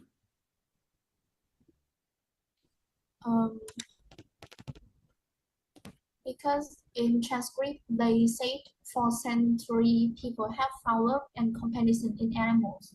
That's right. Yeah, for centuries. So the truth is, it is for centuries, but it's also for millennia. We've had pets for thousands of years. But yes, it is in there. It is stated, and we can see that in there, right in there, in the writing. The Instagram accounts of animals are always popular. The Instagram accounts of animals are always popular. So when we're looking for the answer to this, if there is an answer, we need to look for words that could be synonymized, like popular. So words for popular could be, you know, famous or well-known or prevalent. But what might be a bit easier is to look for a word like Instagram, because Instagram can't be changed. And if we go just to this sentence here, we can immediately see the word Instagram. And then it says, some of them even have their own Instagram account. Their owners give so much to their animals, but do they get anything in return? So the question was, Instagram accounts of pets are always popular. Is that true, false, or not given? Not given. Yeah, it doesn't say anything about popularity. It just says that some people have Instagram accounts. That's it. All right, very good. Owning pets can be a good way to get more exercise. True, false, or not given? So let's have a look. So again, we could have words like exercise or words related to exercise, like fitness, or maybe something that talks about exercise, like going to the gym. Okay, so they encourage you to be active. Having a pet is a lot of work, no matter what species you care for. And larger animals such as dogs and horses will keep you active in your day-to-day life, exercise, or even just a little physical activity releases chemicals called neurotransmitters in your brain. Okay, so does that say, it does say the word exercise. Let's have a look at the quiz there. So, owning pets can be a good way to get more exercise. True, false, or not given? True. It is true, isn't it? Yeah. It talks about the fact that pets make you more active. Yep, very good. A short walk is not much good for you or your pet. And pay attention carefully to what it says. Not much good for you or your pet. So this might be in this same line here. The receptors in your brain react to these chemicals and trigger certain reactions and perceptions, such as an elevated mood. Even a short walk around the block is beneficial for both you and your pet. So, true, false, or not given, a short walk is not much good for you or your pet. False. It's false, because it actively says that it is good for you and your pet. Animals often know when somebody is upset. So again, we can look for words that are related to the word upset, like sad, or feeling down, feeling blue, feeling negative. And here we go. Pets can sense when something isn't right. Animals are instinctual creatures who can often sense the emotional distress of others. They tend to be very observant of non-verbal communication. Dogs, for example, will learn your normal behaviors and habits, and they'll connect the dots and know when something isn't right if you start behaving differently. So based on that, what do we think? Do we think the answer is true, false, or not given? Animals often know when somebody is upset. True. It's true. Yeah, very good. Next one. Pets can help people with depression get out of bed in the morning. True, false, or not given? Let's have a look at that. And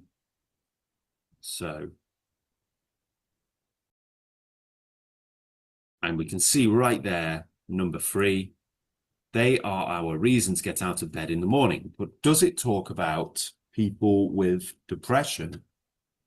Let's read it. Lack of motivation can feel like the end of the world, especially if you're battling depression. If you have a pet, though, you have a reason to get out of bed every day and push yourself to get something done, even if it's just feeding the bird or walking the puppy. So, what do we think, guys? Do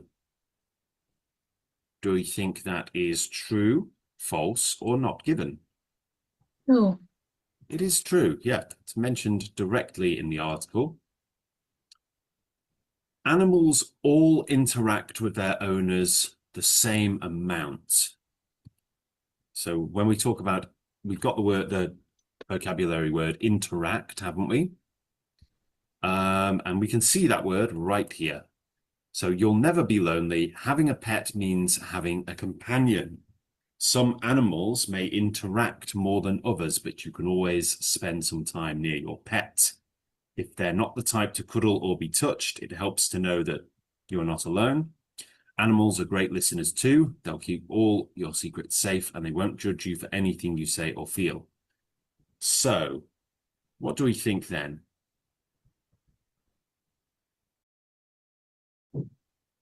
Animals all interact with their owners the same amount. False. It's false because it says that some animals interact more than others, like a dog is going to interact with you more than a fish. Also, usually, even if you can't find any information about that in the transcript, this statement is what is called an absolute statement. Animals all interact with their owners the same amount. So when we say things like all, everyone, all the time, every time, these statements are absolute. It means that they are never, ever change. Now, usually, just in general life, absolute statements are usually wrong. Not always, but usually. So when we get something that says animals all do this, it's almost certain that there's going to be an animal that doesn't do that. So it's almost certainly going to be false or not given. Similar to this statement, never. So when we have never in there, again, that's an absolute statement. Animals will never repeat your secrets. True, false, or not given. Let's see what the transcript says. Animals will never repeat your secrets.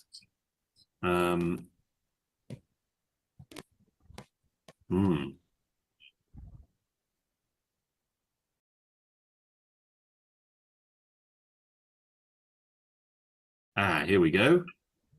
Animals are great listeners too. They'll keep all your secrets safe, and they won't judge you for anything you say or feel. So when you have a pet, don't forget that you always have someone to talk to.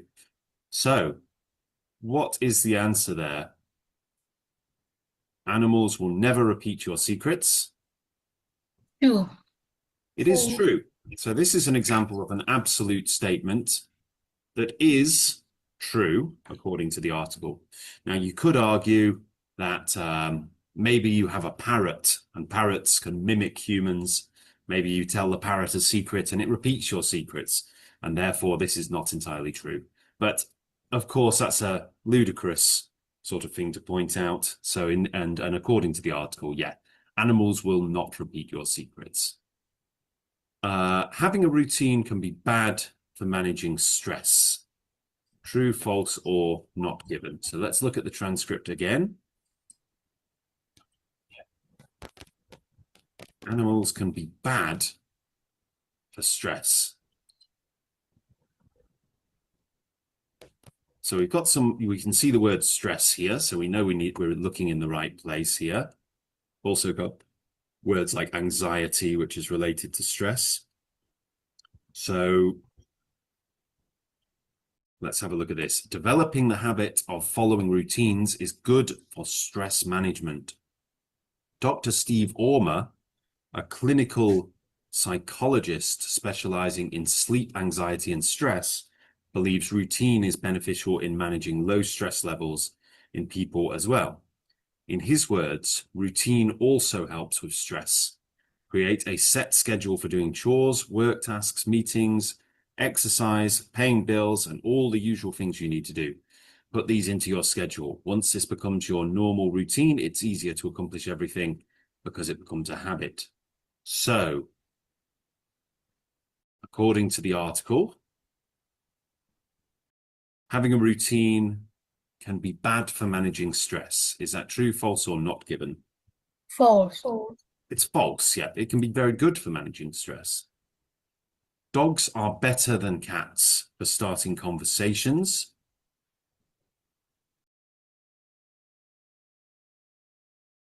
So now there's two things we could do here. We could look for a word like dog or cat, because you can't really change that to anything else.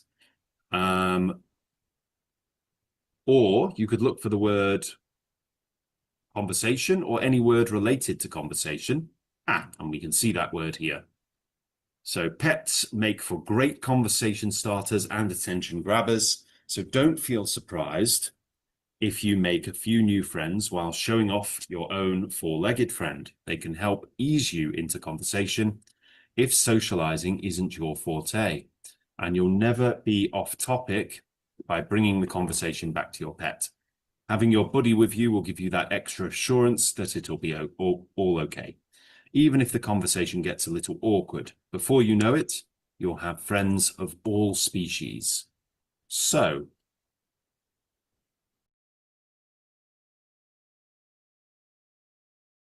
dogs are better than cats for starting conversations? Not given. Not given is right, yeah. It's just not, there's nothing in there about dogs being better, cats being better, or anything. Pets cause you to focus on the bad things in your life. Let's go through the transcript. So we've got the word bad things. We've got the words bad things. So we're probably looking for the words like negative or negativity. So we can see this word here. It's difficult to remain lost in your own thoughts when your pet is in your lap begging for attention.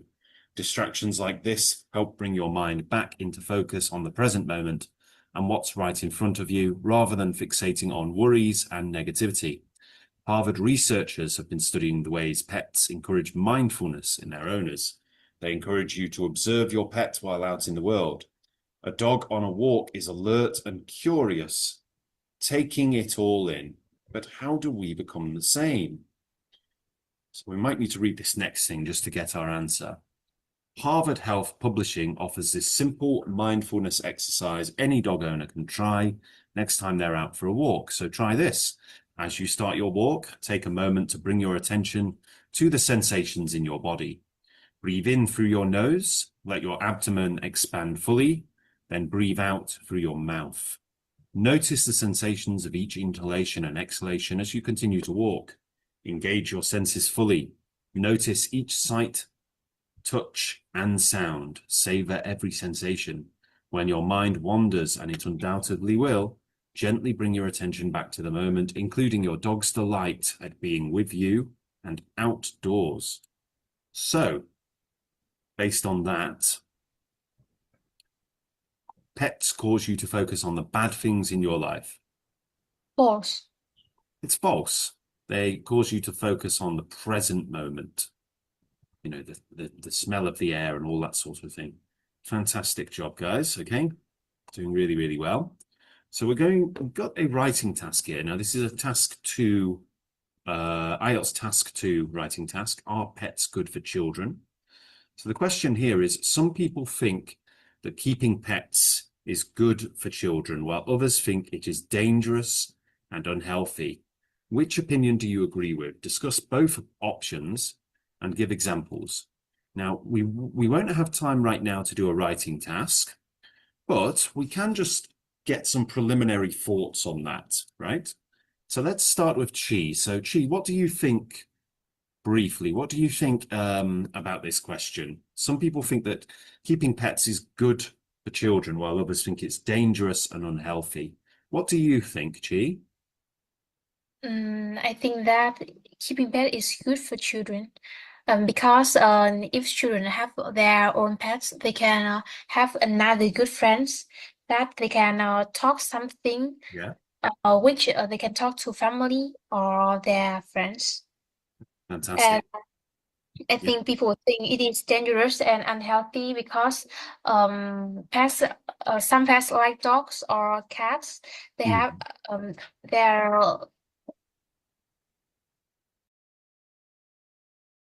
Go on. their fur are very unhealthy Their for fur long can be very unhealthy, yeah. children. So for me, I think each children, need have their own pets. So each person needs to have their own pet.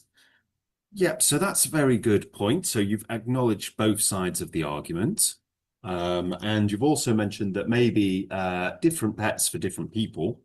So if you're allergic to dog hair, it might be wise to get a different animal or a hypoallergenic dog, like a poodle, which won't trigger allergies so much. That's great. Thank you, Chi.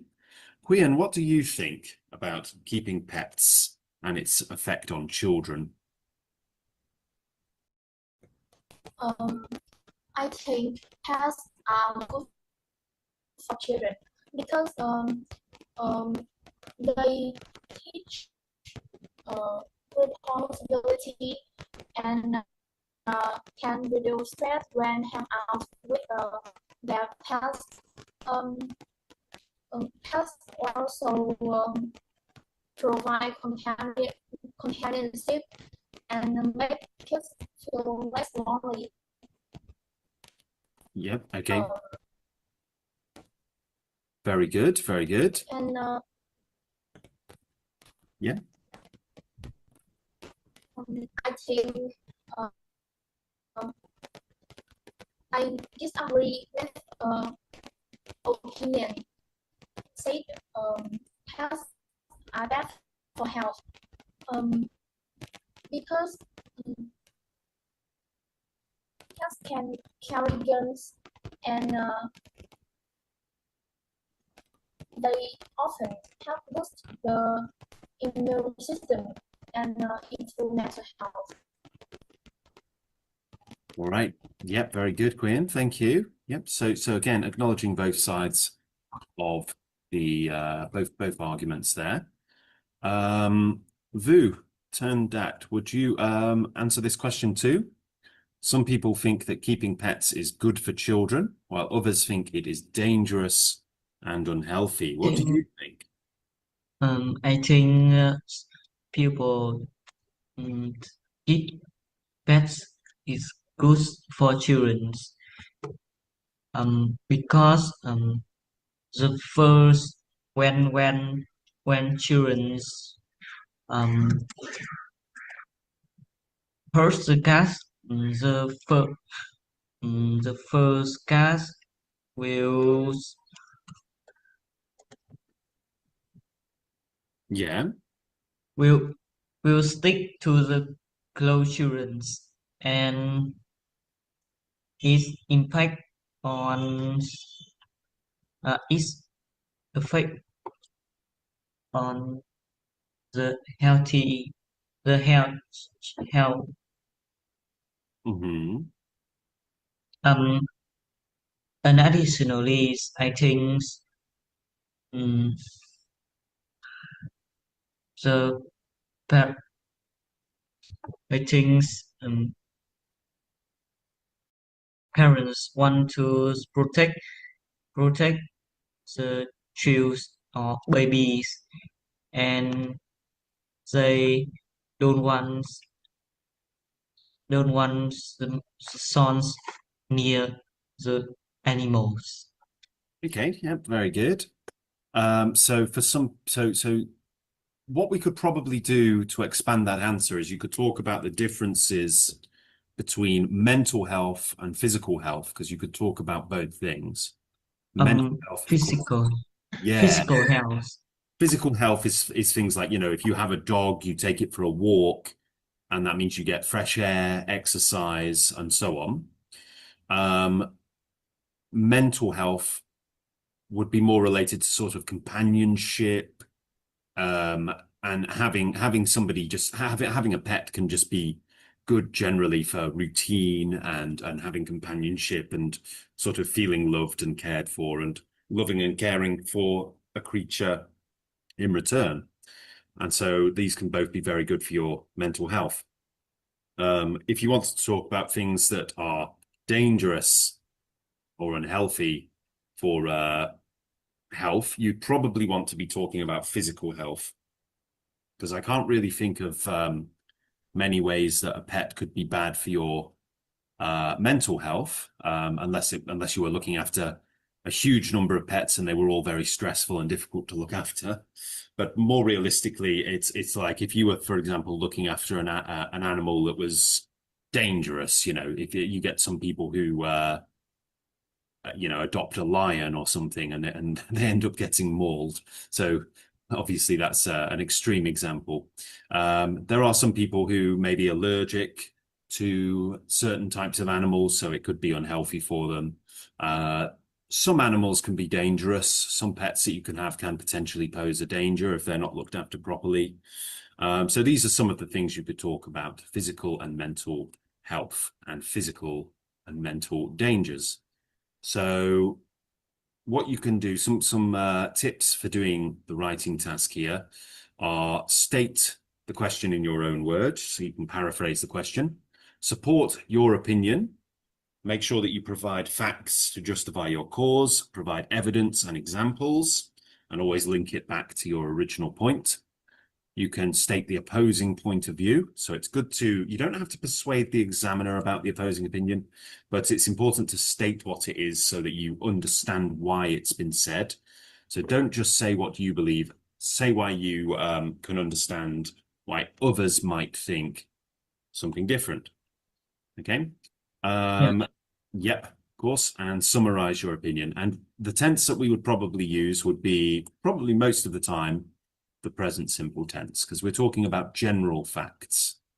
So there's an example here. I'll quickly read it out to you. So I believe that keeping pets can have benefits and drawbacks for children, but ultimately the benefits outweigh the negatives. Here are my arguments and evidence on both sides of the debate. Firstly, many people believe that pets can have positive impacts on children's development. For example, pets can provide children with long-lasting companionship, which can improve their social skills and sense of empathy. On top of this, caring for a pet can help children learn responsibility and build self-confidence. Finally, studies have shown that children growing up with pets may have lower rates of allergies and asthma, as well as lower stress levels. Now we're going to look at the other side. On the other hand, some people may argue that keeping pets can lead to negative consequences, such as potential hazards to children's health and safety. For example, pets can carry diseases that can be transmitted to humans, and certain breeds of dogs may have aggressive tendencies that make them dangerous to children. There is also evidence to suggest that keeping pets can lead to health and safety risks for children. For example, pets carry diseases and parasites that can be transmitted to humans, particularly children who may not have strong immune systems. Another point to mention would be allergies. Some studies suggest that growing up with pets can mitigate allergies.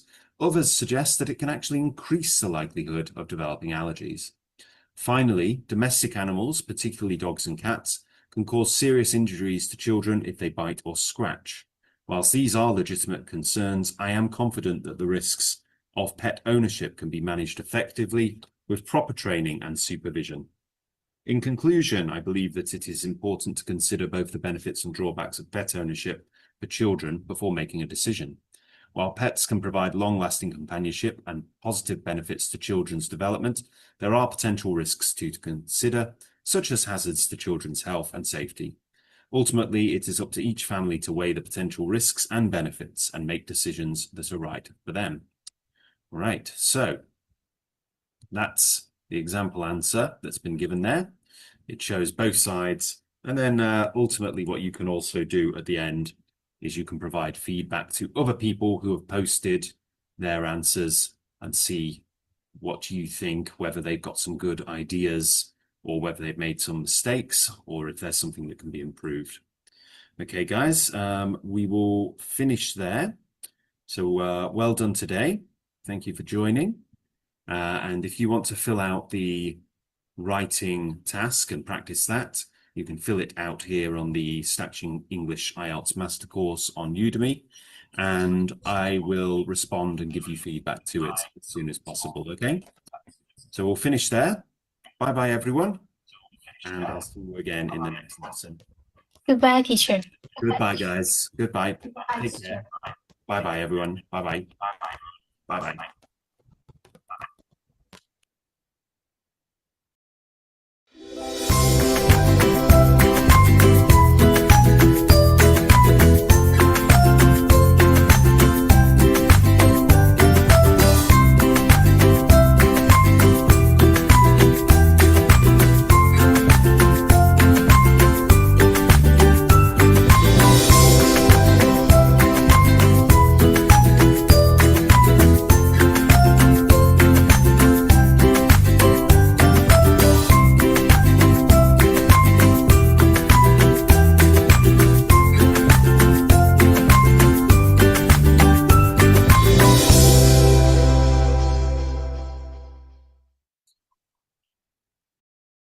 Okay, guys, so this is bear rehabilitation. We're going to start with the video.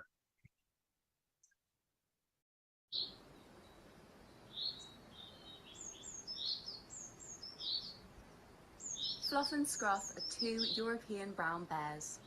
They may look happy and healthy now, but the start to their lives was very different. 5 years ago, they were the last two remaining bears kept in the notorious former bear breeding centre, Cormisosh. So basically they lived in a huge concrete box or pit. There was no grass, there was no sort of shelters outside. It kind of just looked like a prison for bears, really. There was nothing enriching, nothing happy or anything. It was just very grey, very concrete, and very barren.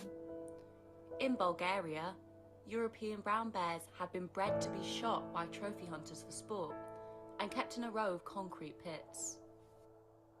At one point, over 75 bears were kept in each breeding centre, solely for hunting purposes. As a result, they expressed signs of trauma. Yeah, so when the bears came in, they didn't behave like how healthy or mentally healthy bears would behave. There was a lot of signs of trauma, so they'd be pacing a lot. They had repetitive behaviour, not necessarily good behaviour, so a lot of pacing, a lot of head twisting, and they used to scrape along the floor, which damaged the underside of their paws. So this is all stress related and trauma related.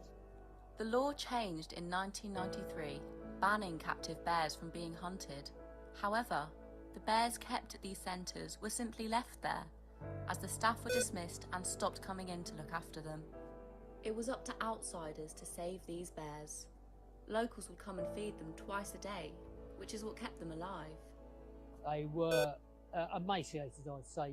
If you're looking at weights, you're probably looking at 185 kilogram, when now you're looking at his top weight would be around 285 kilograms. They had no skills in their upbringing. Mother teaches them all the skills they were just not find anything to eat until they used their nose and got in themselves into trouble. So they had to be taught to learn how to forage for themselves. Alertis, a bear rescue organisation, contacted the Wildwood Trust and asked if we could give these last two bears a home. We raised the money through fundraisers, and after a 1,500-mile journey through 9 countries, the bears arrived in their new 1.5-acre woodland paradise in Kent. Complete with a plunge pool, waterfall, dens, and up to 50 species of native trees. This couldn't be further from the concrete pits of Cormisosh.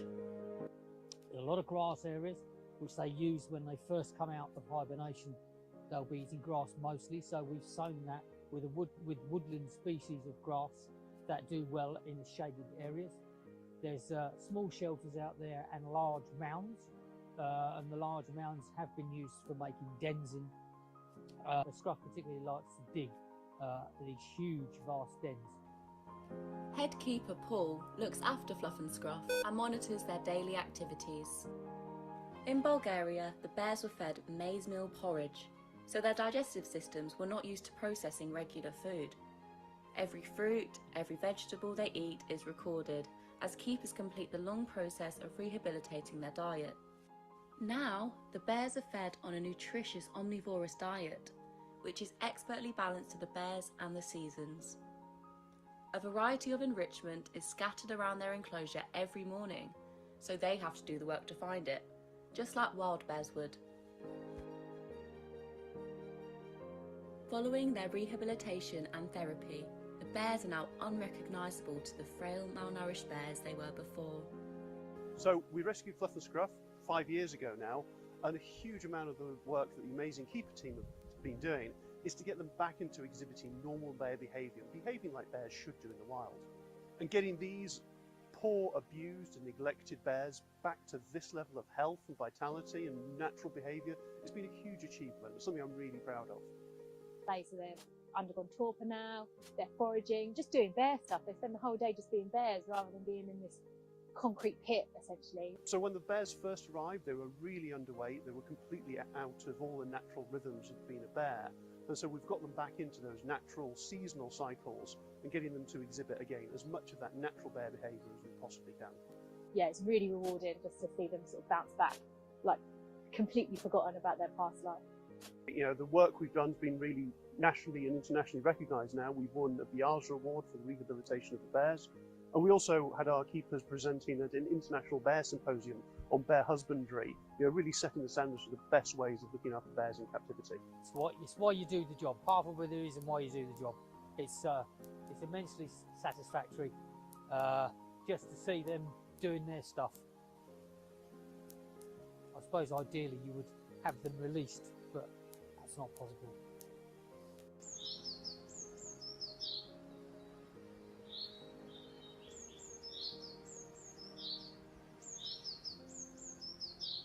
Okay, guys, so what we're going to do now is we're going to have some time to read through the transcript. So what I want you to do is just read through this transcript here, and you'll see certain words here in bold, such as breeding or huge, shelter, prison, and you can actually find out what these mean by going to the vocabulary bank on the next section. So you can read through the transcript now, try to learn the vocabulary as best you can, and then we will play some games to learn the vocabulary a little bit better, okay? So I'm going to give you some time just to read through that transcript now, and then we'll continue.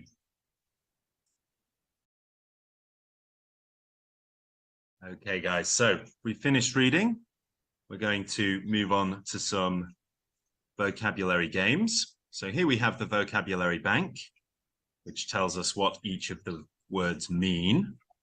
But what we're going to do is we're going to play some games. So there's lots and lots of games to learn the vocabulary. I think play these 3 games. So this, first of all, is a game show style quiz, just to learn a little bit more about bears. So just say or type the answer that you believe is correct, and we will see how many questions we get right. Okay, so first question.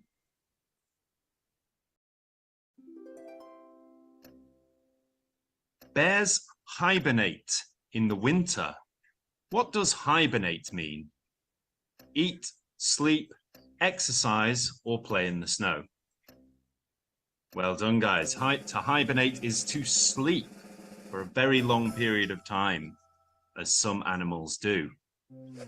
Very good. So bears hibernate in the winter. They usually sleep in caves or nests, and they stay asleep for a very, very long time. Okay, question 2. Bears are mammals. True or false? That's true. Well done. So a mammal is any animal that creates milk. So humans are mammals, and cows are mammals, and bears are mammals, and dogs and cats and monkeys and hedgehogs are all mammals because they all make milk. Question 3. Bears are omnivores. What does an omnivore eat? Is it only plants, both plants and animals, or only animals?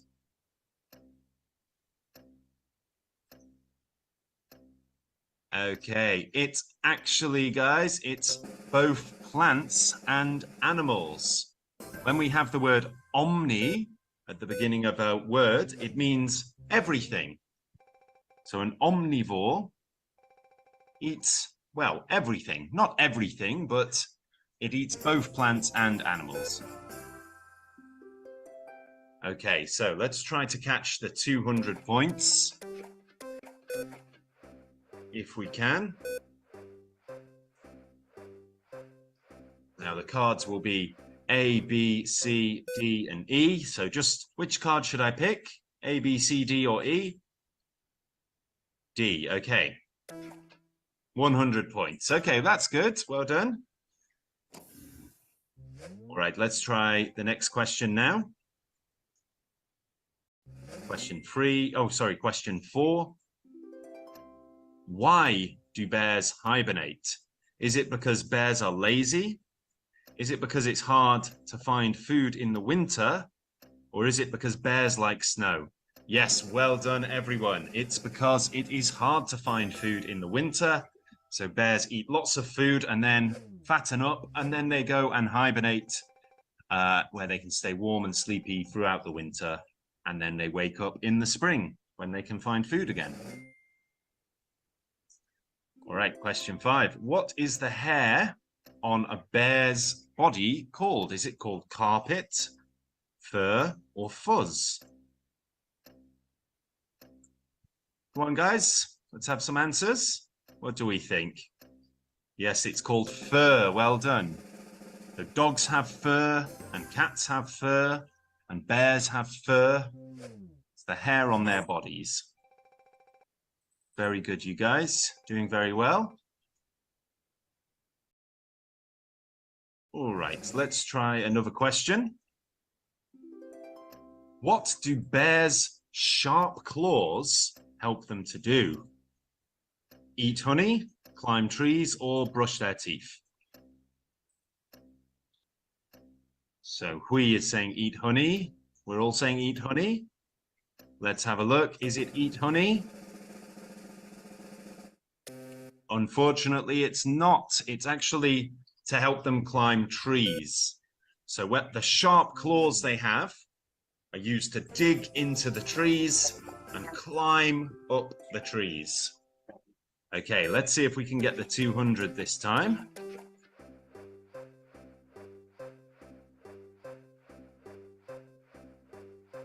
Okay, A, B, C, D, or E? E. Okay, let's try E.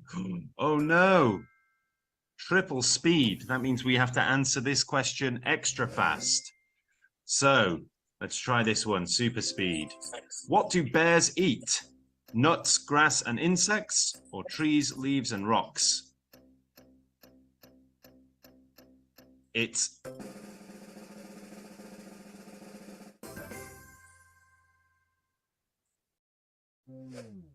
nuts, grass, and insects. Very good. Okay, fantastic. Okay, where do bears live? In the forest, on the school playground, or in your backyard? Yes, it's in the forest. You'd hope they don't live anywhere else. Might be a little bit scary. Very good, guys. Okay. Excellent job so far. How many points did we get in total?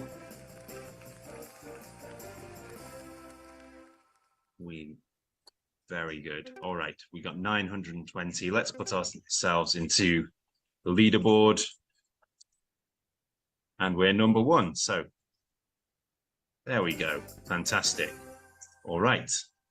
Great job, guys. Okay, let's try a vocabulary game now. So there was some vocabulary in that last one, but now we're going to learn some vocabulary that was mentioned in the transcript.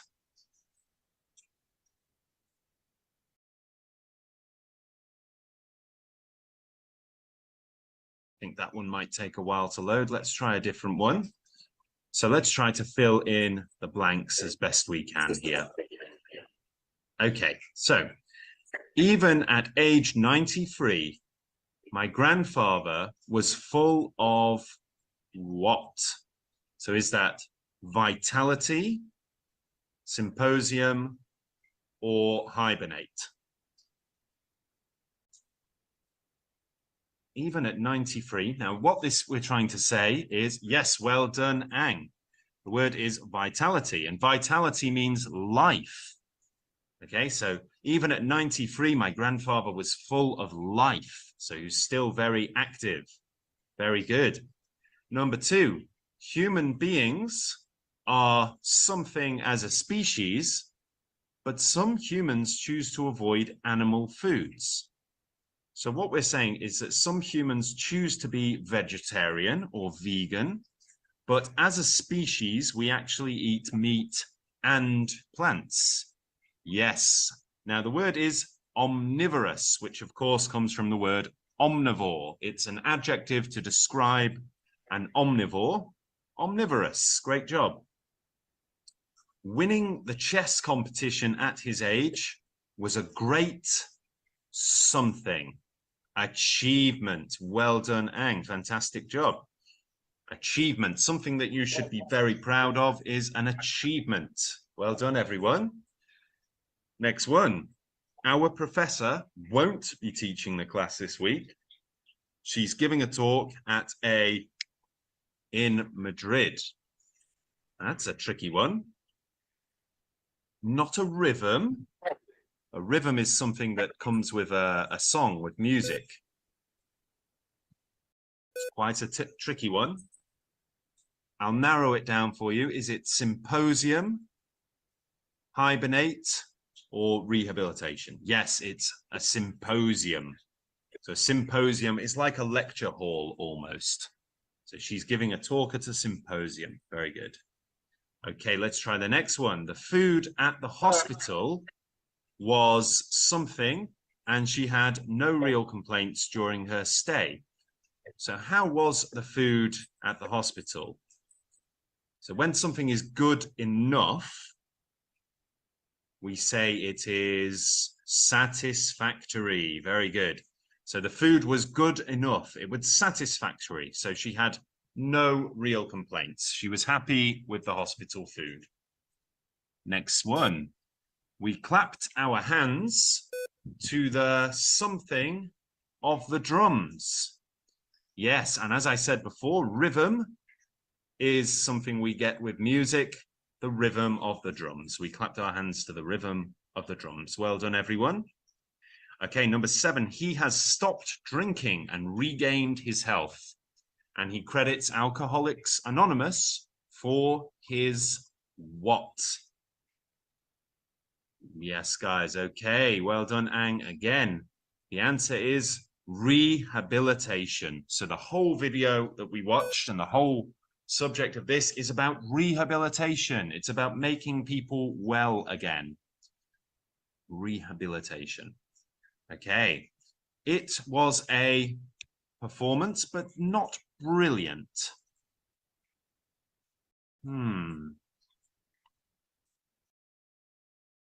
So again, not recognize, no. So this is when a performance is good, good enough, not brilliant though. Any ideas? So when you do well enough, not quite, guys. It was a satisfactory performance. So yes, I think some of you are confused because you can actually use the same word more than once. So it was a satisfactory performance, like it was good enough, but it was not brilliant. It wasn't amazing. Next one. I didn't her voice on the phone, and I thought she had the wrong number. Recognize. Very good. I didn't recognize her voice on the phone, and I thought she had the wrong number. Yeah, so when you recognize something, it means that you know what it is. You know that voice is somebody else's voice that you know. Next one. Snakes in this region during the cold months. Hibernate. Yeah, they hibernate during the cold months because snakes don't survive very well in the cold. Next one. Her doctor strongly advised her to eat more something foods during her pregnancy. Well done. Nutritious. Nutritious. So a nutritious food is full of vitamins and minerals. It's full of nutrients. Very good. Nutritious foods, fruit and vegetables. Next one. He had lost so much weight that he was what? Emaciated would be a good word, but it's not actually on the it's not one of the choices here. So it's not emaciate. He was emaciated. No, he was. Imagine someone is so emaciated that they don't look the same anymore. the word would be, so this time you don't recognize them. They are unrecognizable. So this person has lost so much weight and become so thin that they are unrecognizable. Next one, it's a somewhat interesting play, but it lacks something. So this time it lacks what? And again, this is a word, yes, it lacks vitality. Well done, Tom Huang. It lacks life. It lacks color, excitement, vitality. His face was covered in dirt, and it took me a moment to him. Okay, so we need to use this in the present tense because took is already in the past tense. So instead of saying recognized, we need recognize. Very good. It took me a moment to recognize him because this is all one action. Okay. They believe, yep, well done. They believe that a prison's goal should be, and not just punishment. So what should a prison do to criminals? So instead of just punishing them, we want to make them better and able to function in society so that they can work and get jobs and not commit crimes anymore. What do we call that? It's not vitality. No. The whole thing we've been doing in this section is talking about bears and how we take the bears who are very, very sick and very stressed and we make them feel better. And it's called what? What's the process of making somebody or something go from sick to healthy or bad to good? Rehabilitation, yes. So the goal of the prison should be rehabilitation. Rehabilitation of criminals, which means that we take them and stop them from being criminals instead of just punishing them. Number 6. She, the man, as a former neighbor.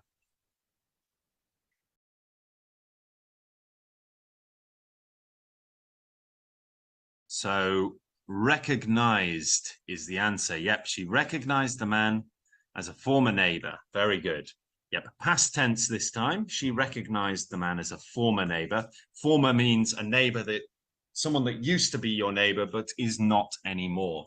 So that frames it in the past tense. Next one. Without a score on the test, you won't pass the course. So what kind of score do you need to get to pass the course? You don't need to get a brilliant score, but you do need to get a score that is satisfactory. Fantastic. Well done, guys. Okay, brilliant job. Brilliant job. Okay. Yep, we got all of those right. Score 100%, of course. Yep. Okay. I think that one's taking a while to load.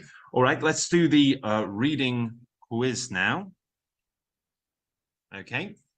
So let's see how much we can remember. Now, of course, when we do this, what we can do is we can check the transcript if we need to check our answers. Okay, so let's do the reading quiz.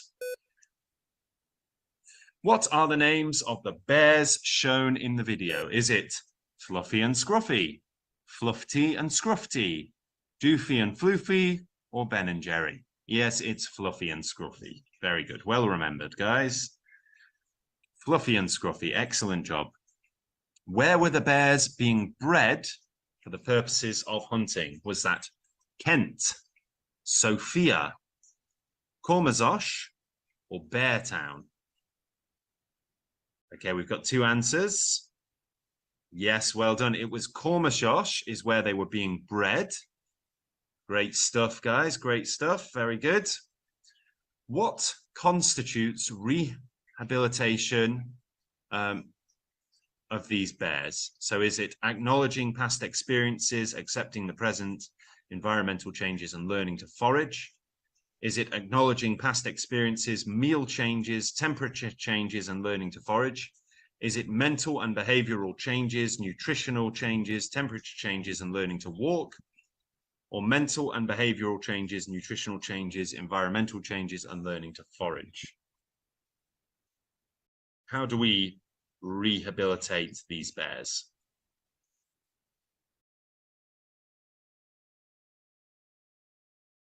Shall we have a look at the transcript?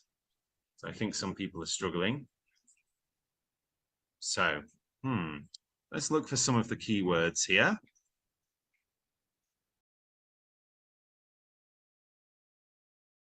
Okay, so here we go. We have, so they had to be taught how to learn to forage for themselves, which means to look for food. Yeah, okay. Let's have a look. Okay, so yep, here we go. So here's another bit we can read. Every fruit and vegetable they eat is recorded as keepers complete the long process of rehabilitating their diet.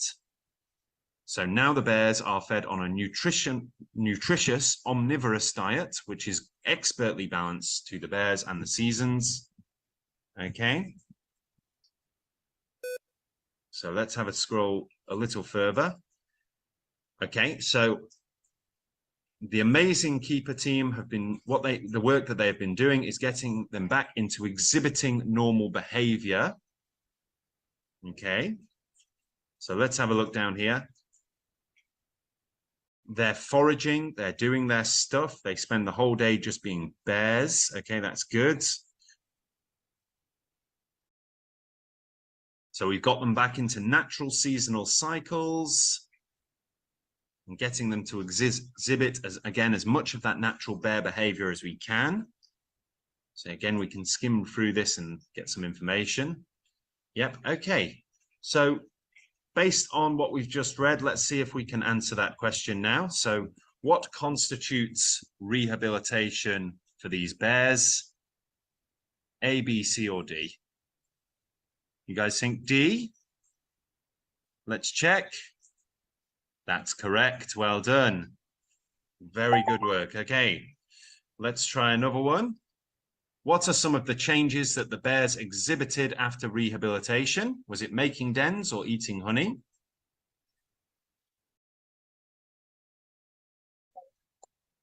It's making dens. Very good. Okay.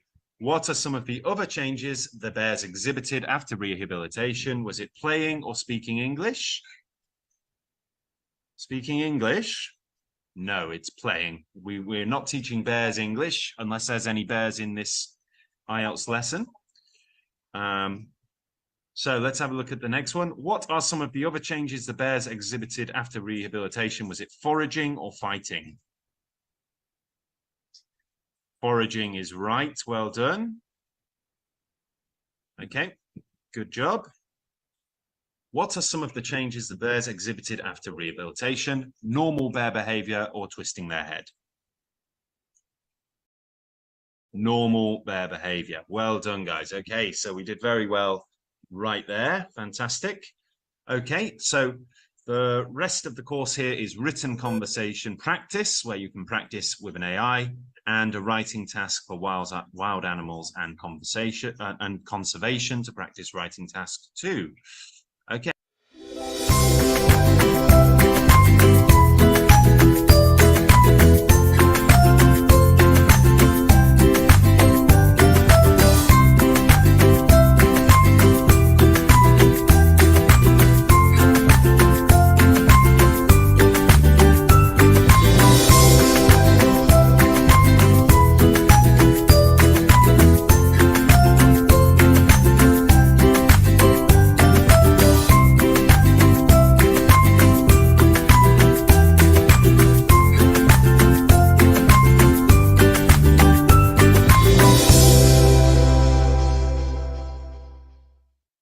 news is a broad problem that can have unfavorable effects on society, politics, and public trust. It often appears in sensational headlines designed to attract attention and increase revenue for certain websites or entities that produce it. Some fake news articles are satirical or meant to entertain, but others intentionally mislead people by spreading false information that can harm individuals or influence elections. Presenting fake stories as if they were real can mislead the public, making it difficult to distinguish between truth and falsehood. Nevertheless, many organizations and fact-checkers work hard to verify information and apply rigorous standards to identify fake news. These efforts aim to protect the reputation of trustworthy news sources and prevent the spread of misinformation. Although false news has always been spread throughout history, the term fake news was first used in the 1890s when sensational reports in newspapers were common. Nevertheless, the term does not have a fixed definition and has been applied broadly to any type of false information presented as news. It has also been used by high-profile people to apply to any news unfavorable to them. Furthermore, disinformation involves spreading false information with harmful intent and is sometimes generated and propagated by hostile foreign actors, particularly during elections. In some definitions, fake news includes satirical articles misinterpreted as genuine and articles that employ sensationalist or clickbait headlines that are not supported in the text. Because of this diversity of types of false news, researchers are beginning to favor information disorder as a more neutral and informative term. During election seasons, fake news tends to advertise false claims about candidates or policies which can impact voters' decisions. It's important for people to be cautious and critically evaluate the sources of their information, especially when encountering sensational or suspicious content. Overall, combating fake news requires awareness, media literacy, and responsible sharing to maintain an informed society.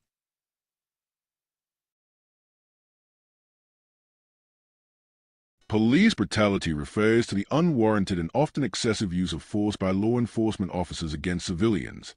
This misconduct can manifest in various ways, including improper handling of situations, aggressive tactics, and unnecessary violence. Such actions undermine public trust in the enforcement of laws and highlight the need for accountability within police departments.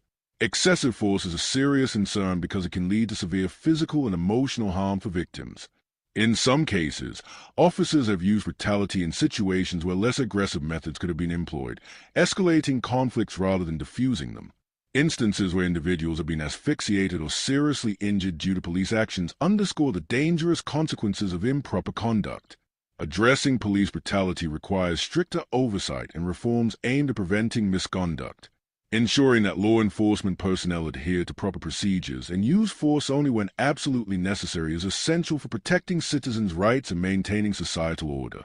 Ultimately, a commitment to fair and just enforcement is vital to restoring confidence in law enforcement agencies. The use of excessive or unwarranted force can result from systemic biases, lack of accountability, and inadequate training. These problems often lead to injuries, emotional trauma, and sometimes even death for innocent civilians. Additionally, misconduct and improper conduct by some officers can perpetuate a cycle of violence and erode public confidence in law enforcement systems. To address these issues, several solutions have been proposed and implemented in different regions. One key solution is increasing transparency through body cameras and recording devices, which can provide objective evidence during police encounters and hold officers accountable for their actions. Implementing comprehensive training programs focused on de-escalation techniques, cultural competency, and ethical conduct can help reduce the likelihood of excessive force and misconduct. Furthermore, establishing independent oversight bodies to investigate complaints and incidents of brutality ensures accountability beyond internal police reviews. Community engagement is also crucial. Fostering positive relationships between police and residents can improve cooperation and understanding.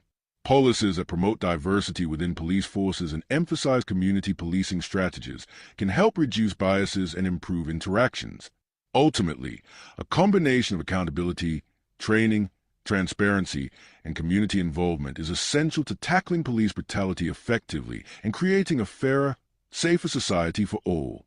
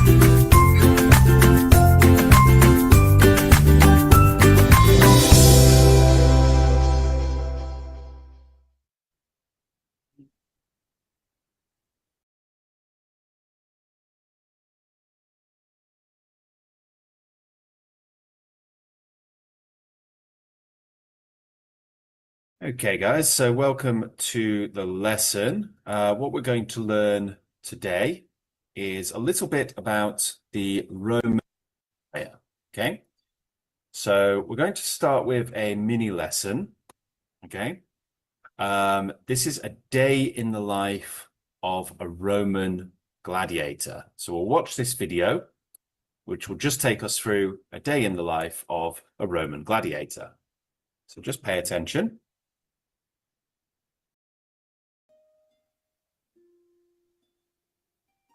A day in the life of a typical Roman gladiator was intense, disciplined, and structured, blending rigorous training with moments of rest and reflection.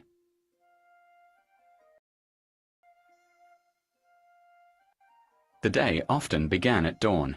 Gladiators woke in their quarters within or near the training school, known as the ludus.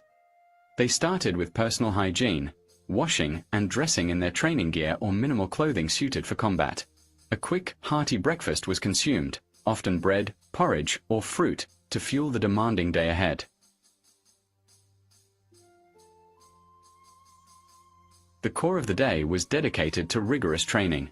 This included weapons practice, swordsmanship, spear throwing, and grappling, under the supervision of trainers or lanisti. They practiced techniques, sparred with each other, and worked on improving their skills and endurance. Physical conditioning, strength training, and cardio was integral to prepare them for the brutal fights in the arena.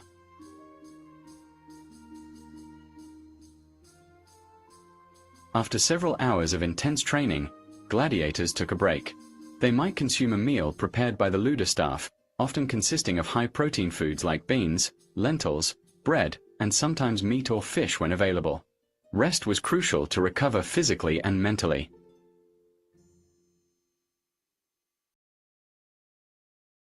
Some days included specialized training, learning to use specific weapons or tactics for upcoming matches.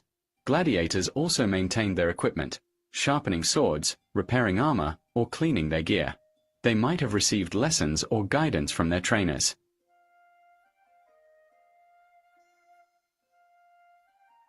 In their limited free time, gladiators could socialize with peers, share stories, or rest.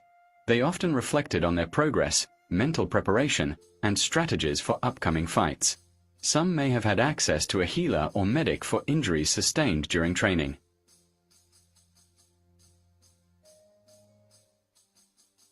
Gladiators slept in their quarters, resting up for the next day. Their sleep was vital, as their bodies and minds needed to recover from the physically demanding routine.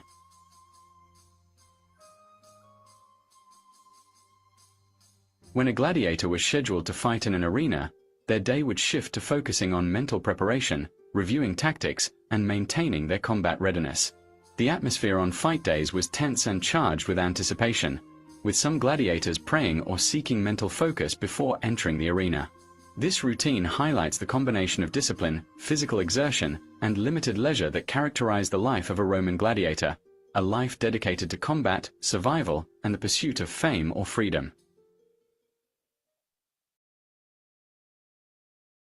Okay, guys, so that was just a little mini game. We're going to learn some of the vocabulary words from the short video there. So let's start with guess what, because that's a good game to learn vocabulary. So just bear with me one moment and I'll get that ready.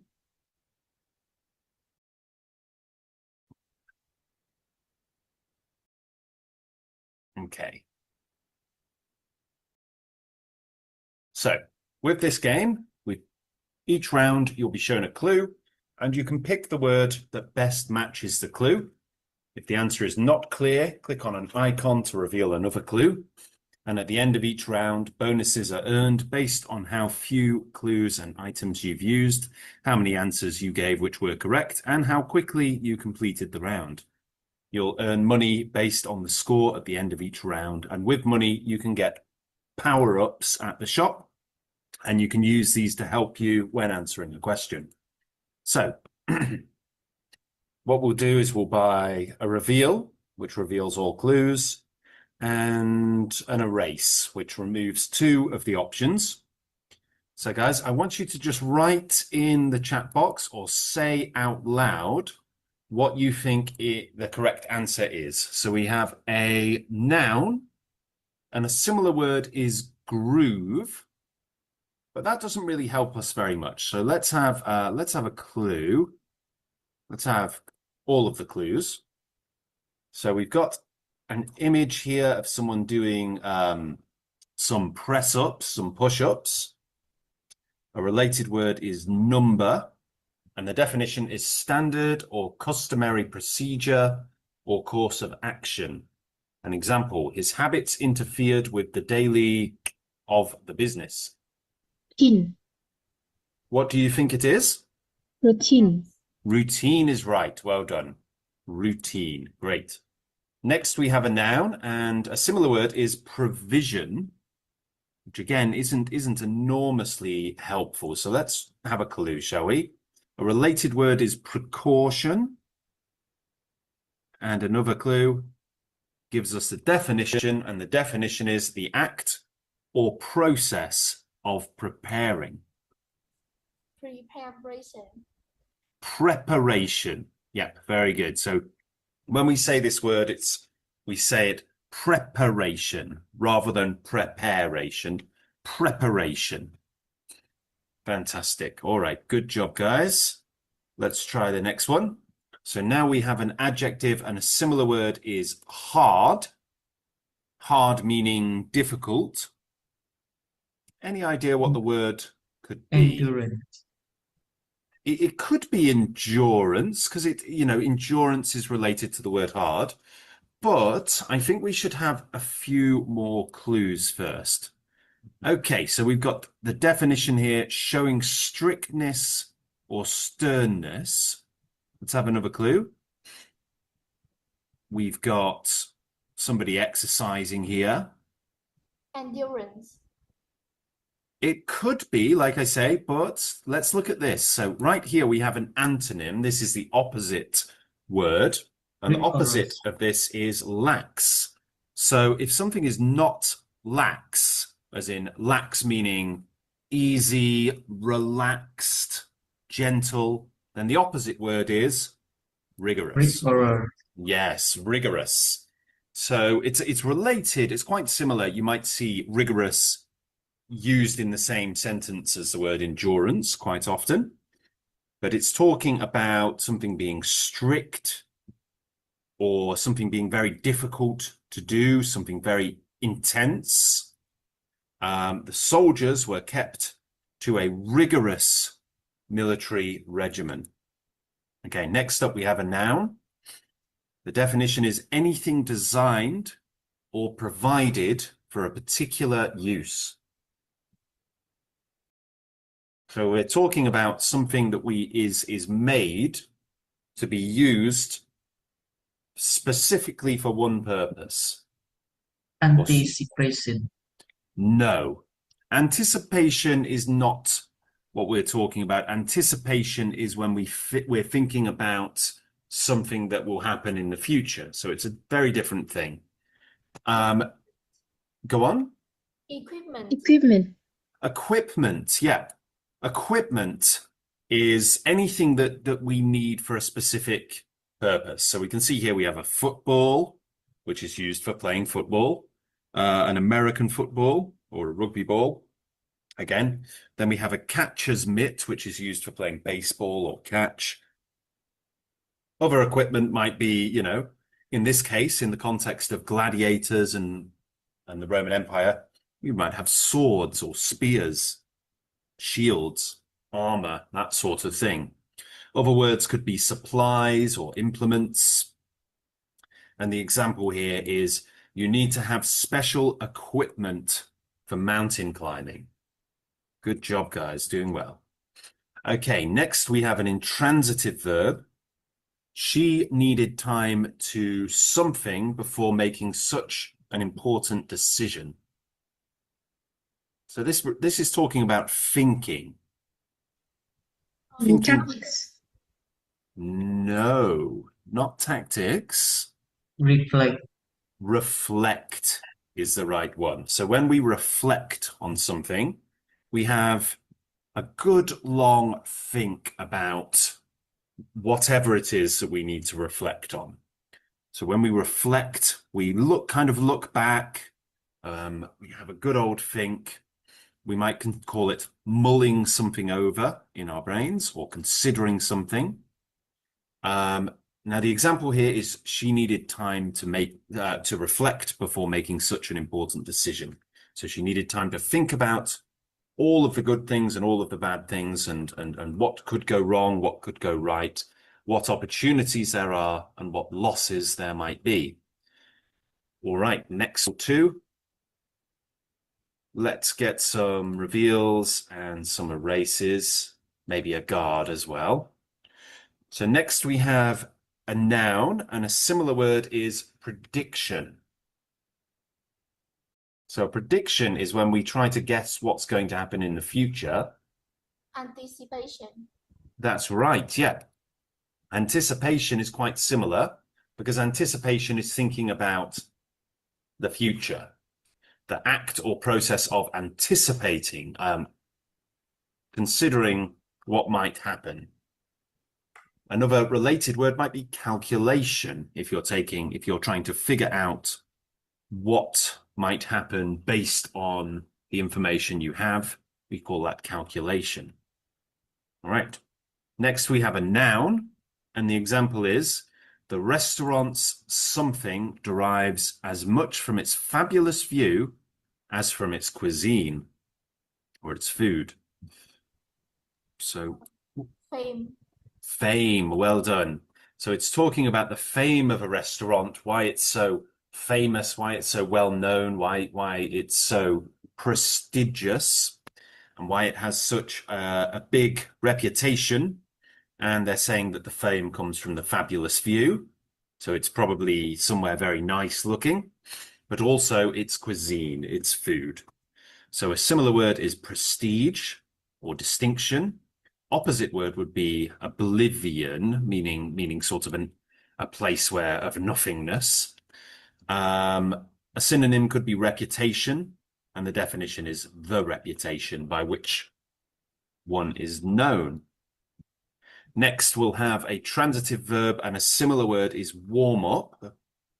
So warm up. Now, none of these really work too well with that. So let's have some clues.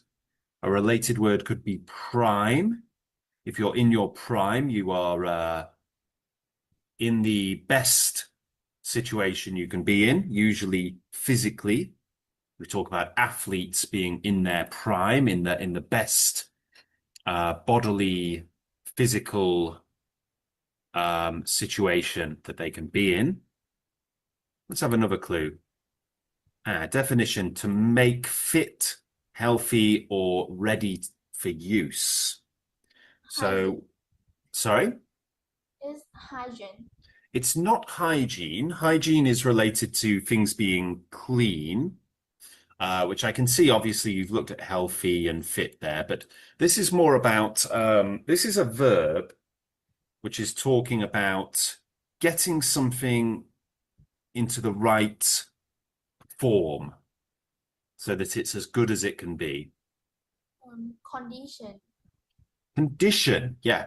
Now, condition isn't usually a verb. And teacher, I think condition is a noun. It can be, yeah, because you can talk about your condition. Equipment. So, no, it's condition, it's not equipment. But yes, it can be a noun. And I'm going to explain why, in this case, we're using it as a verb. So condition can be a noun. So you could say, I have a skin condition, or you could ask about somebody's condition, what is the condition of the car? It is broken, so yes, you can use it in that way. But in this case, it is actually a verb. To condition something is to get something ready, to get it fit, healthy, or ready, okay? So quite often, when you're preparing for a sporting event, you need to condition yourself to make sure that you're ready. So you might need to do strength conditioning or endurance conditioning. It's basically making sure that you are ready and in the right condition to deal with whatever challenges you face. So you can see here, we would use the continuous version of this verb.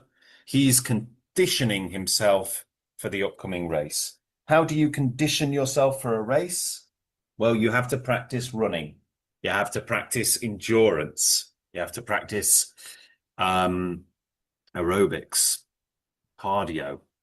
Okay, next we have another noun, and a similar word is regulation.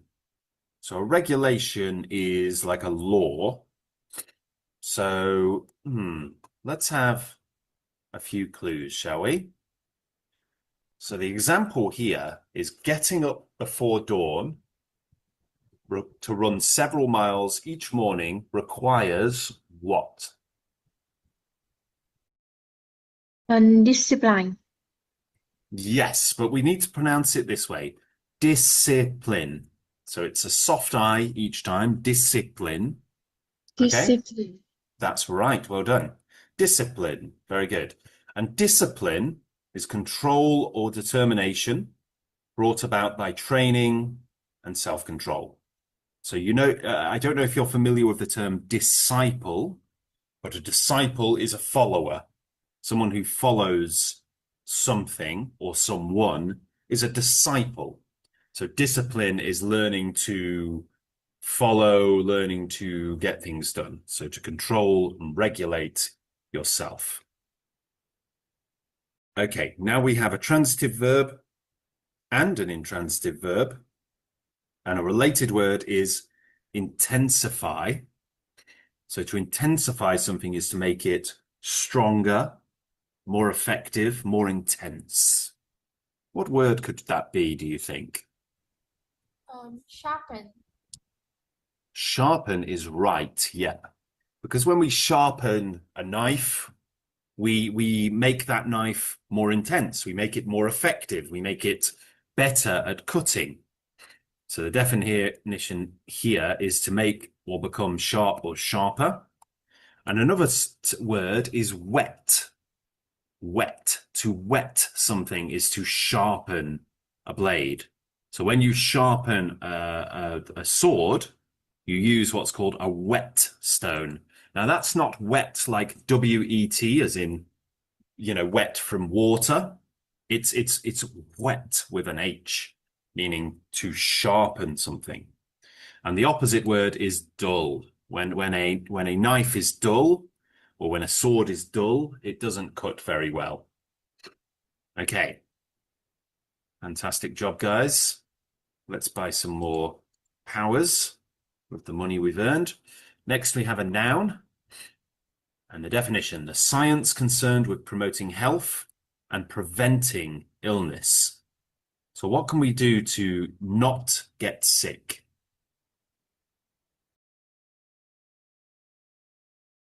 What do we need to do? We need to wash our hands. Hygiene. Sorry? Hygiene. Hygiene. Can you say that? Hygiene. Hygiene. Very good. So hygiene is anything related to keeping ourselves healthy and preventing illness. So why do we wash our hands regularly? It's to stop the spread of germs. When we sneeze, we cover our mouths to stop the spread of germs. If we're sick, we can wear a mask to stop the spread of germs. This is all related to hygiene. Okay. It's also things like cooking things properly and ensuring that things are done safely from a point of view of health.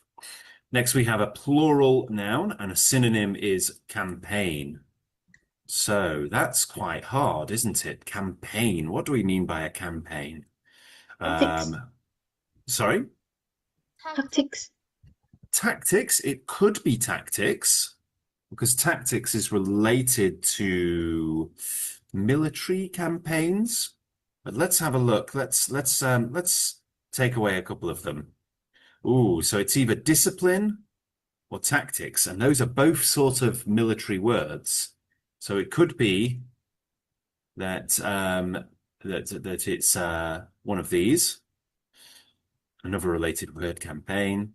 Okay, we have a definition now. The science of maneuvering military forces against an enemy. So, tactics is the right word. So tactics are something they're methods of basically getting something done, usually in a military context. So tactics are part of a strategy.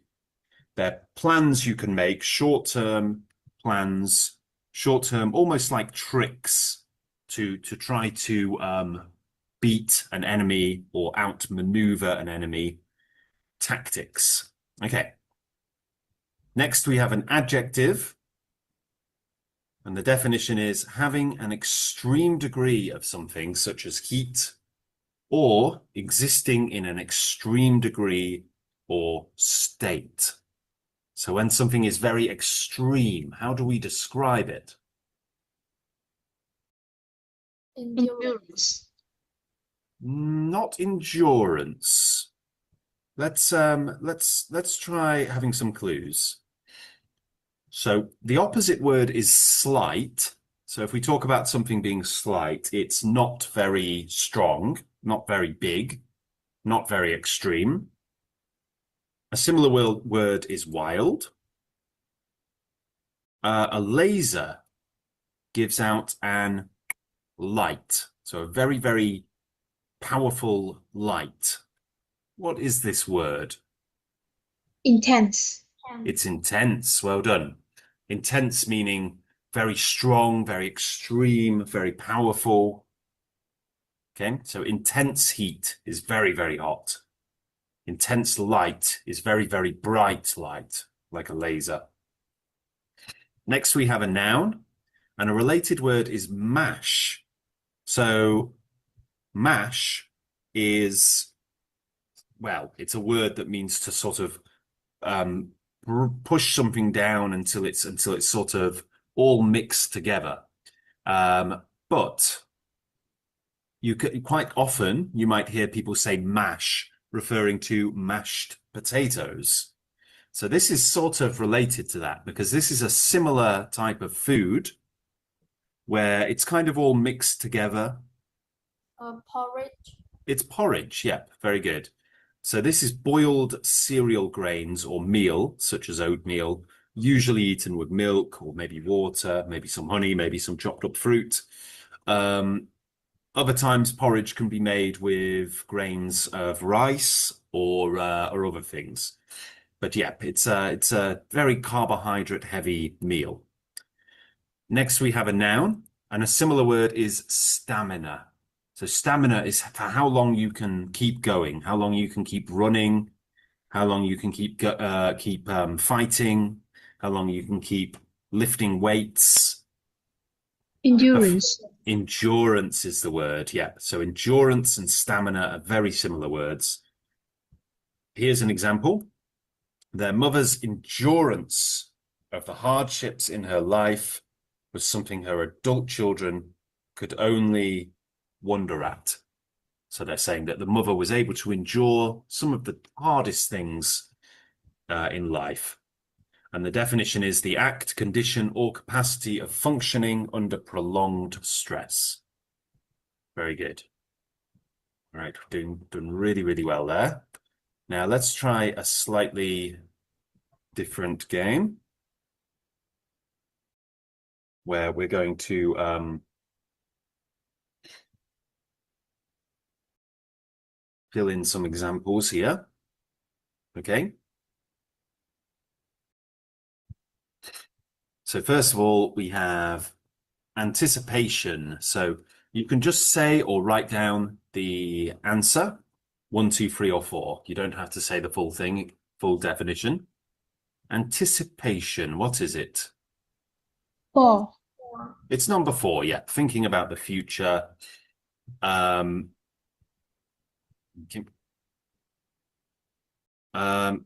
So One. another definition of anticipation, yep, is expectation or hope. So we think about the future. Very good. How about another anticipation definition? One. Yes, well done. Next, we have condition. So condition is, and we're talking about the verb this time, not the noun, a condition, but to condition. Is to. Yep. No, actually, sorry, it's not number two. Number three. Number three is right, yeah. To make something fit, healthy, or ready for use. Very good. Discipline.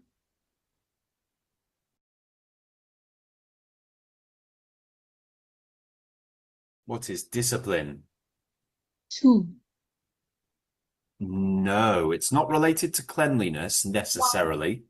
It's number one. It's more like training of the body or mind to bring about desired results. So, getting up at 6 a.m. every day takes discipline. Exercising every day takes discipline. Learning English every day takes discipline. Another definition of discipline.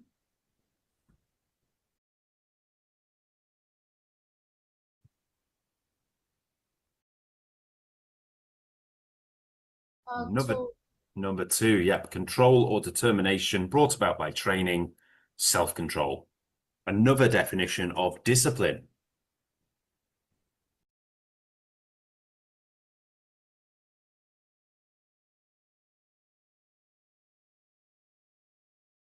Number two.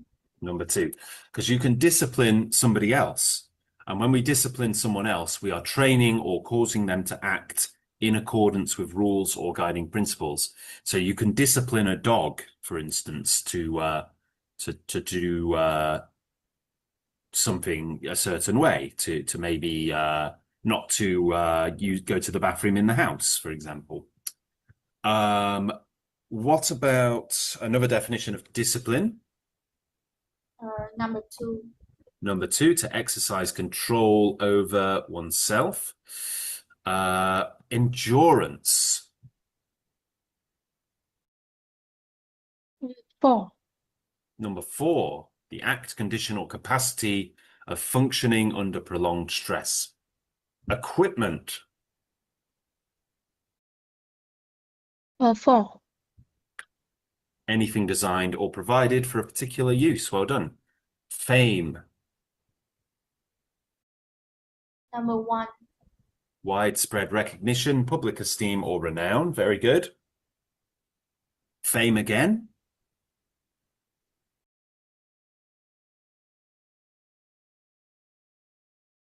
Two.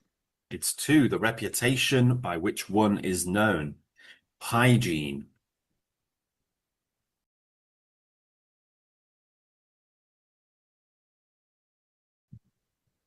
Number two.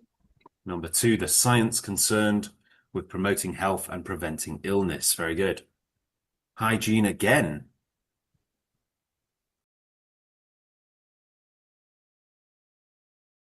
Number one. It's number four, yeah. Practices and conditions such as cleanliness that tend to promote health and prevent illness. Intense.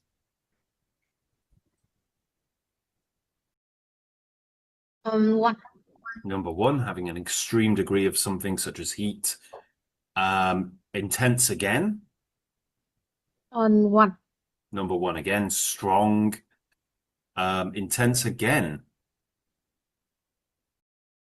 Two. Strong or profound in effect. Very good. Porridge. Two. Number two, boiled cereal, grains, or meal. Preparation.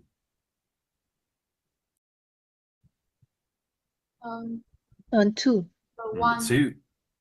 It's actually number two, the act or process of preparing. Preparation again.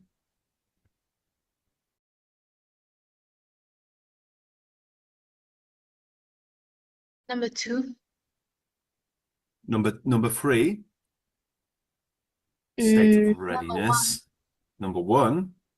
No, we wouldn't use it with a plural verb. So we know we don't say preparations very often, not for the verb form, only for the noun form. Like preparations were made, but that would be noun form. So it's a state of readiness is preparation, in a state of preparation. Reflect.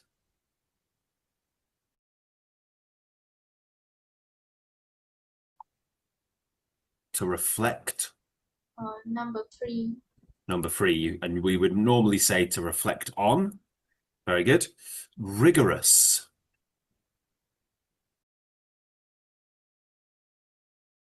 Number 3. Number 3, showing strictness or sternness. Rigorous again.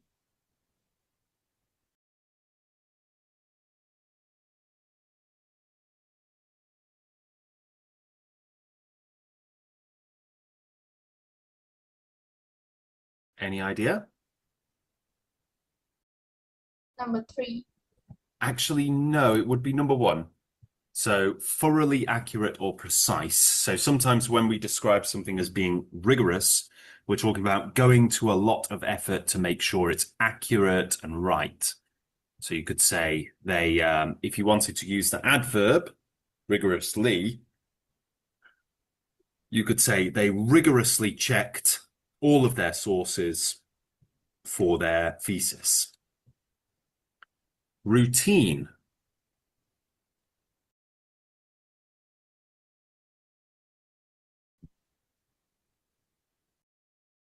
Routine. What is a number 4? Yep. Standard or customary procedure. Routine again.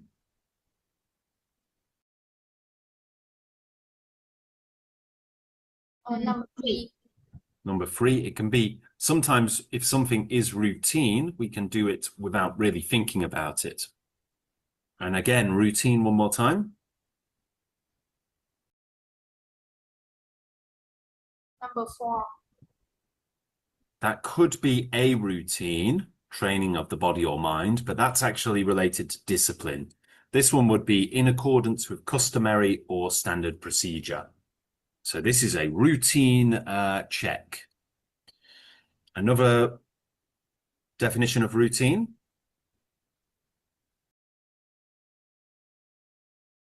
Number 2. Number 2, in the nature of routine, unvarying or ordinary or requiring little thought. Sharpen. Number 2. Number 2, to make or become sharp or sharper. Tactics. Number 4. Yep. The science of maneuvering military forces against an enemy. And tactics one more time.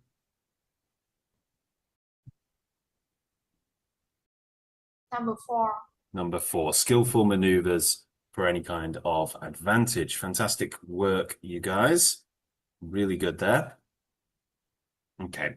Going to do just one more now, where we use them just to check that we've got them down to the point where we understand how they're used. So we've got a sentence here, workers who dislike something. What could that be? There's 2 words that could fit in.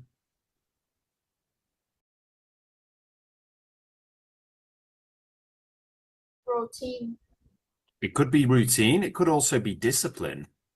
The soldiers were kept to a military regimen.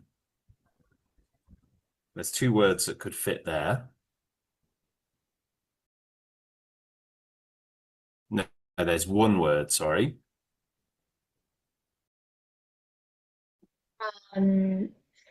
Rigorous. Rigorous. Yep, very good. You could say intense if it was an intense, but it's not.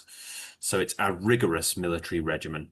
The army uses various methods of something to prepare soldiers for fighting. Discipline. Discipline, yep. It could also, yeah, it's almost certainly discipline. It could be, well, it couldn't really be routine. No, not really. A laser gives out an light. Intense light, very good. Some actors enjoy something if they achieve it. Fame. Fame, very good. The equipment must meet specifications. Remember, this word could mean exact, accurate, precise. Sorry? Reflected. Not reflected. Rigorous. Rigorous. Very good. He on the problem for quite some time.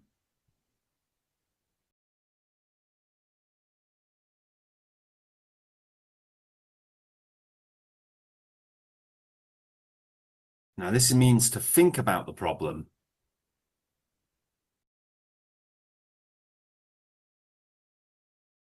What could it be? Reflected. Reflected on the problem for quite some time. Great.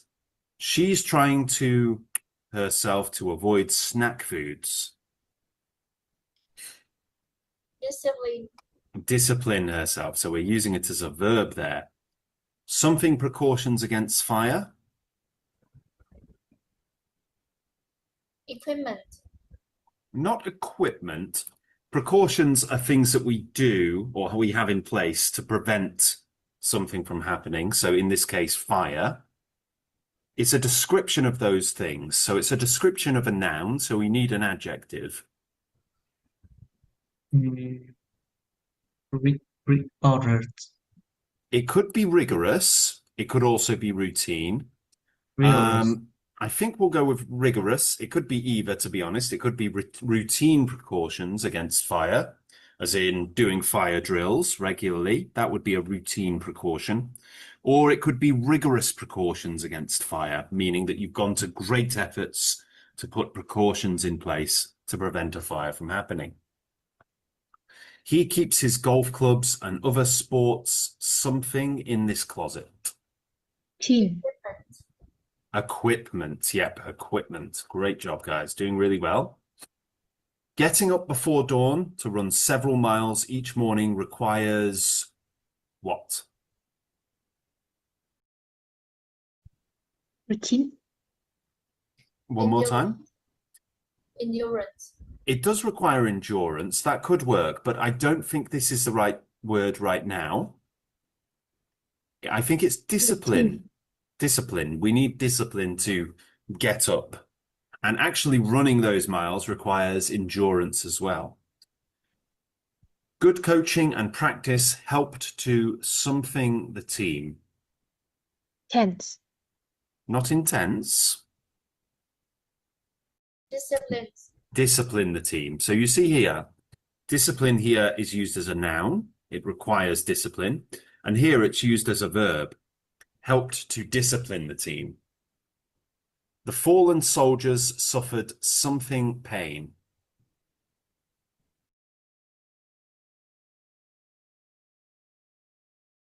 Intense. Intense pain. Very good.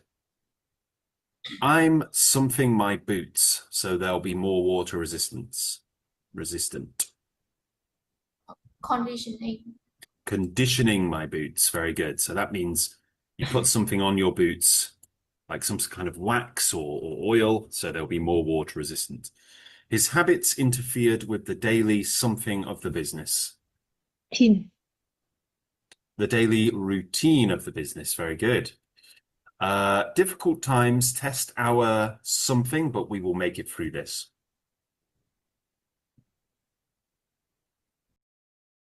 Endurance. Endurance. Very good. The restaurant's something derives as much from its fabulous view as from its cuisine.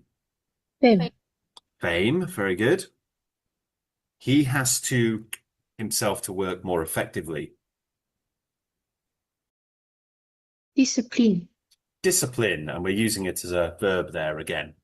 Their mother's something of the hardships in her life was something her adult children could only wonder at. Discipline. Not discipline. So she's made it through the hardships, the difficult times in her life.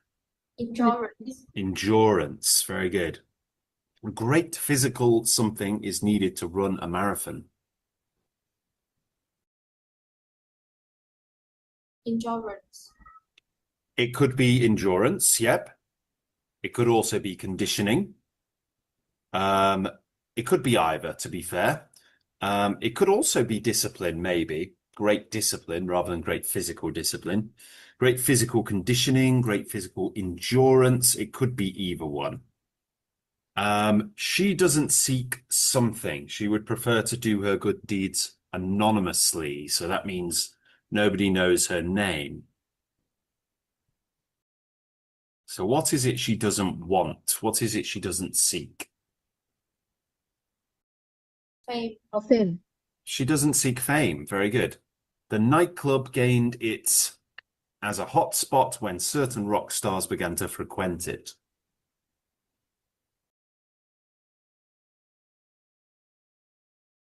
Intense. No, you can use the same words more than once. So big clue there. Tactics. No. There's seven words and 8 options. So one of these words is going to be used 2 times. Fame. Fame, yep, well done. You need to have special something for mountain climbing. Equipment. Equipment, yep. He's himself for the upcoming race. Reflect. Not reflect.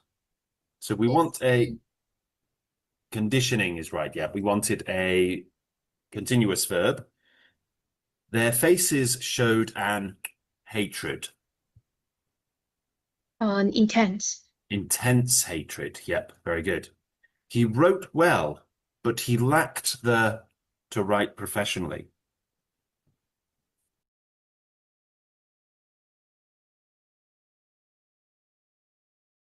Fame. Not the fame to write professionally. What they're saying is he didn't have, sorry?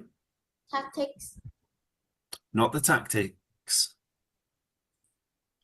He couldn't write professionally because he couldn't just sit down and write every day. Conditioning. Not conditioning. Discipline. Discipline, yep.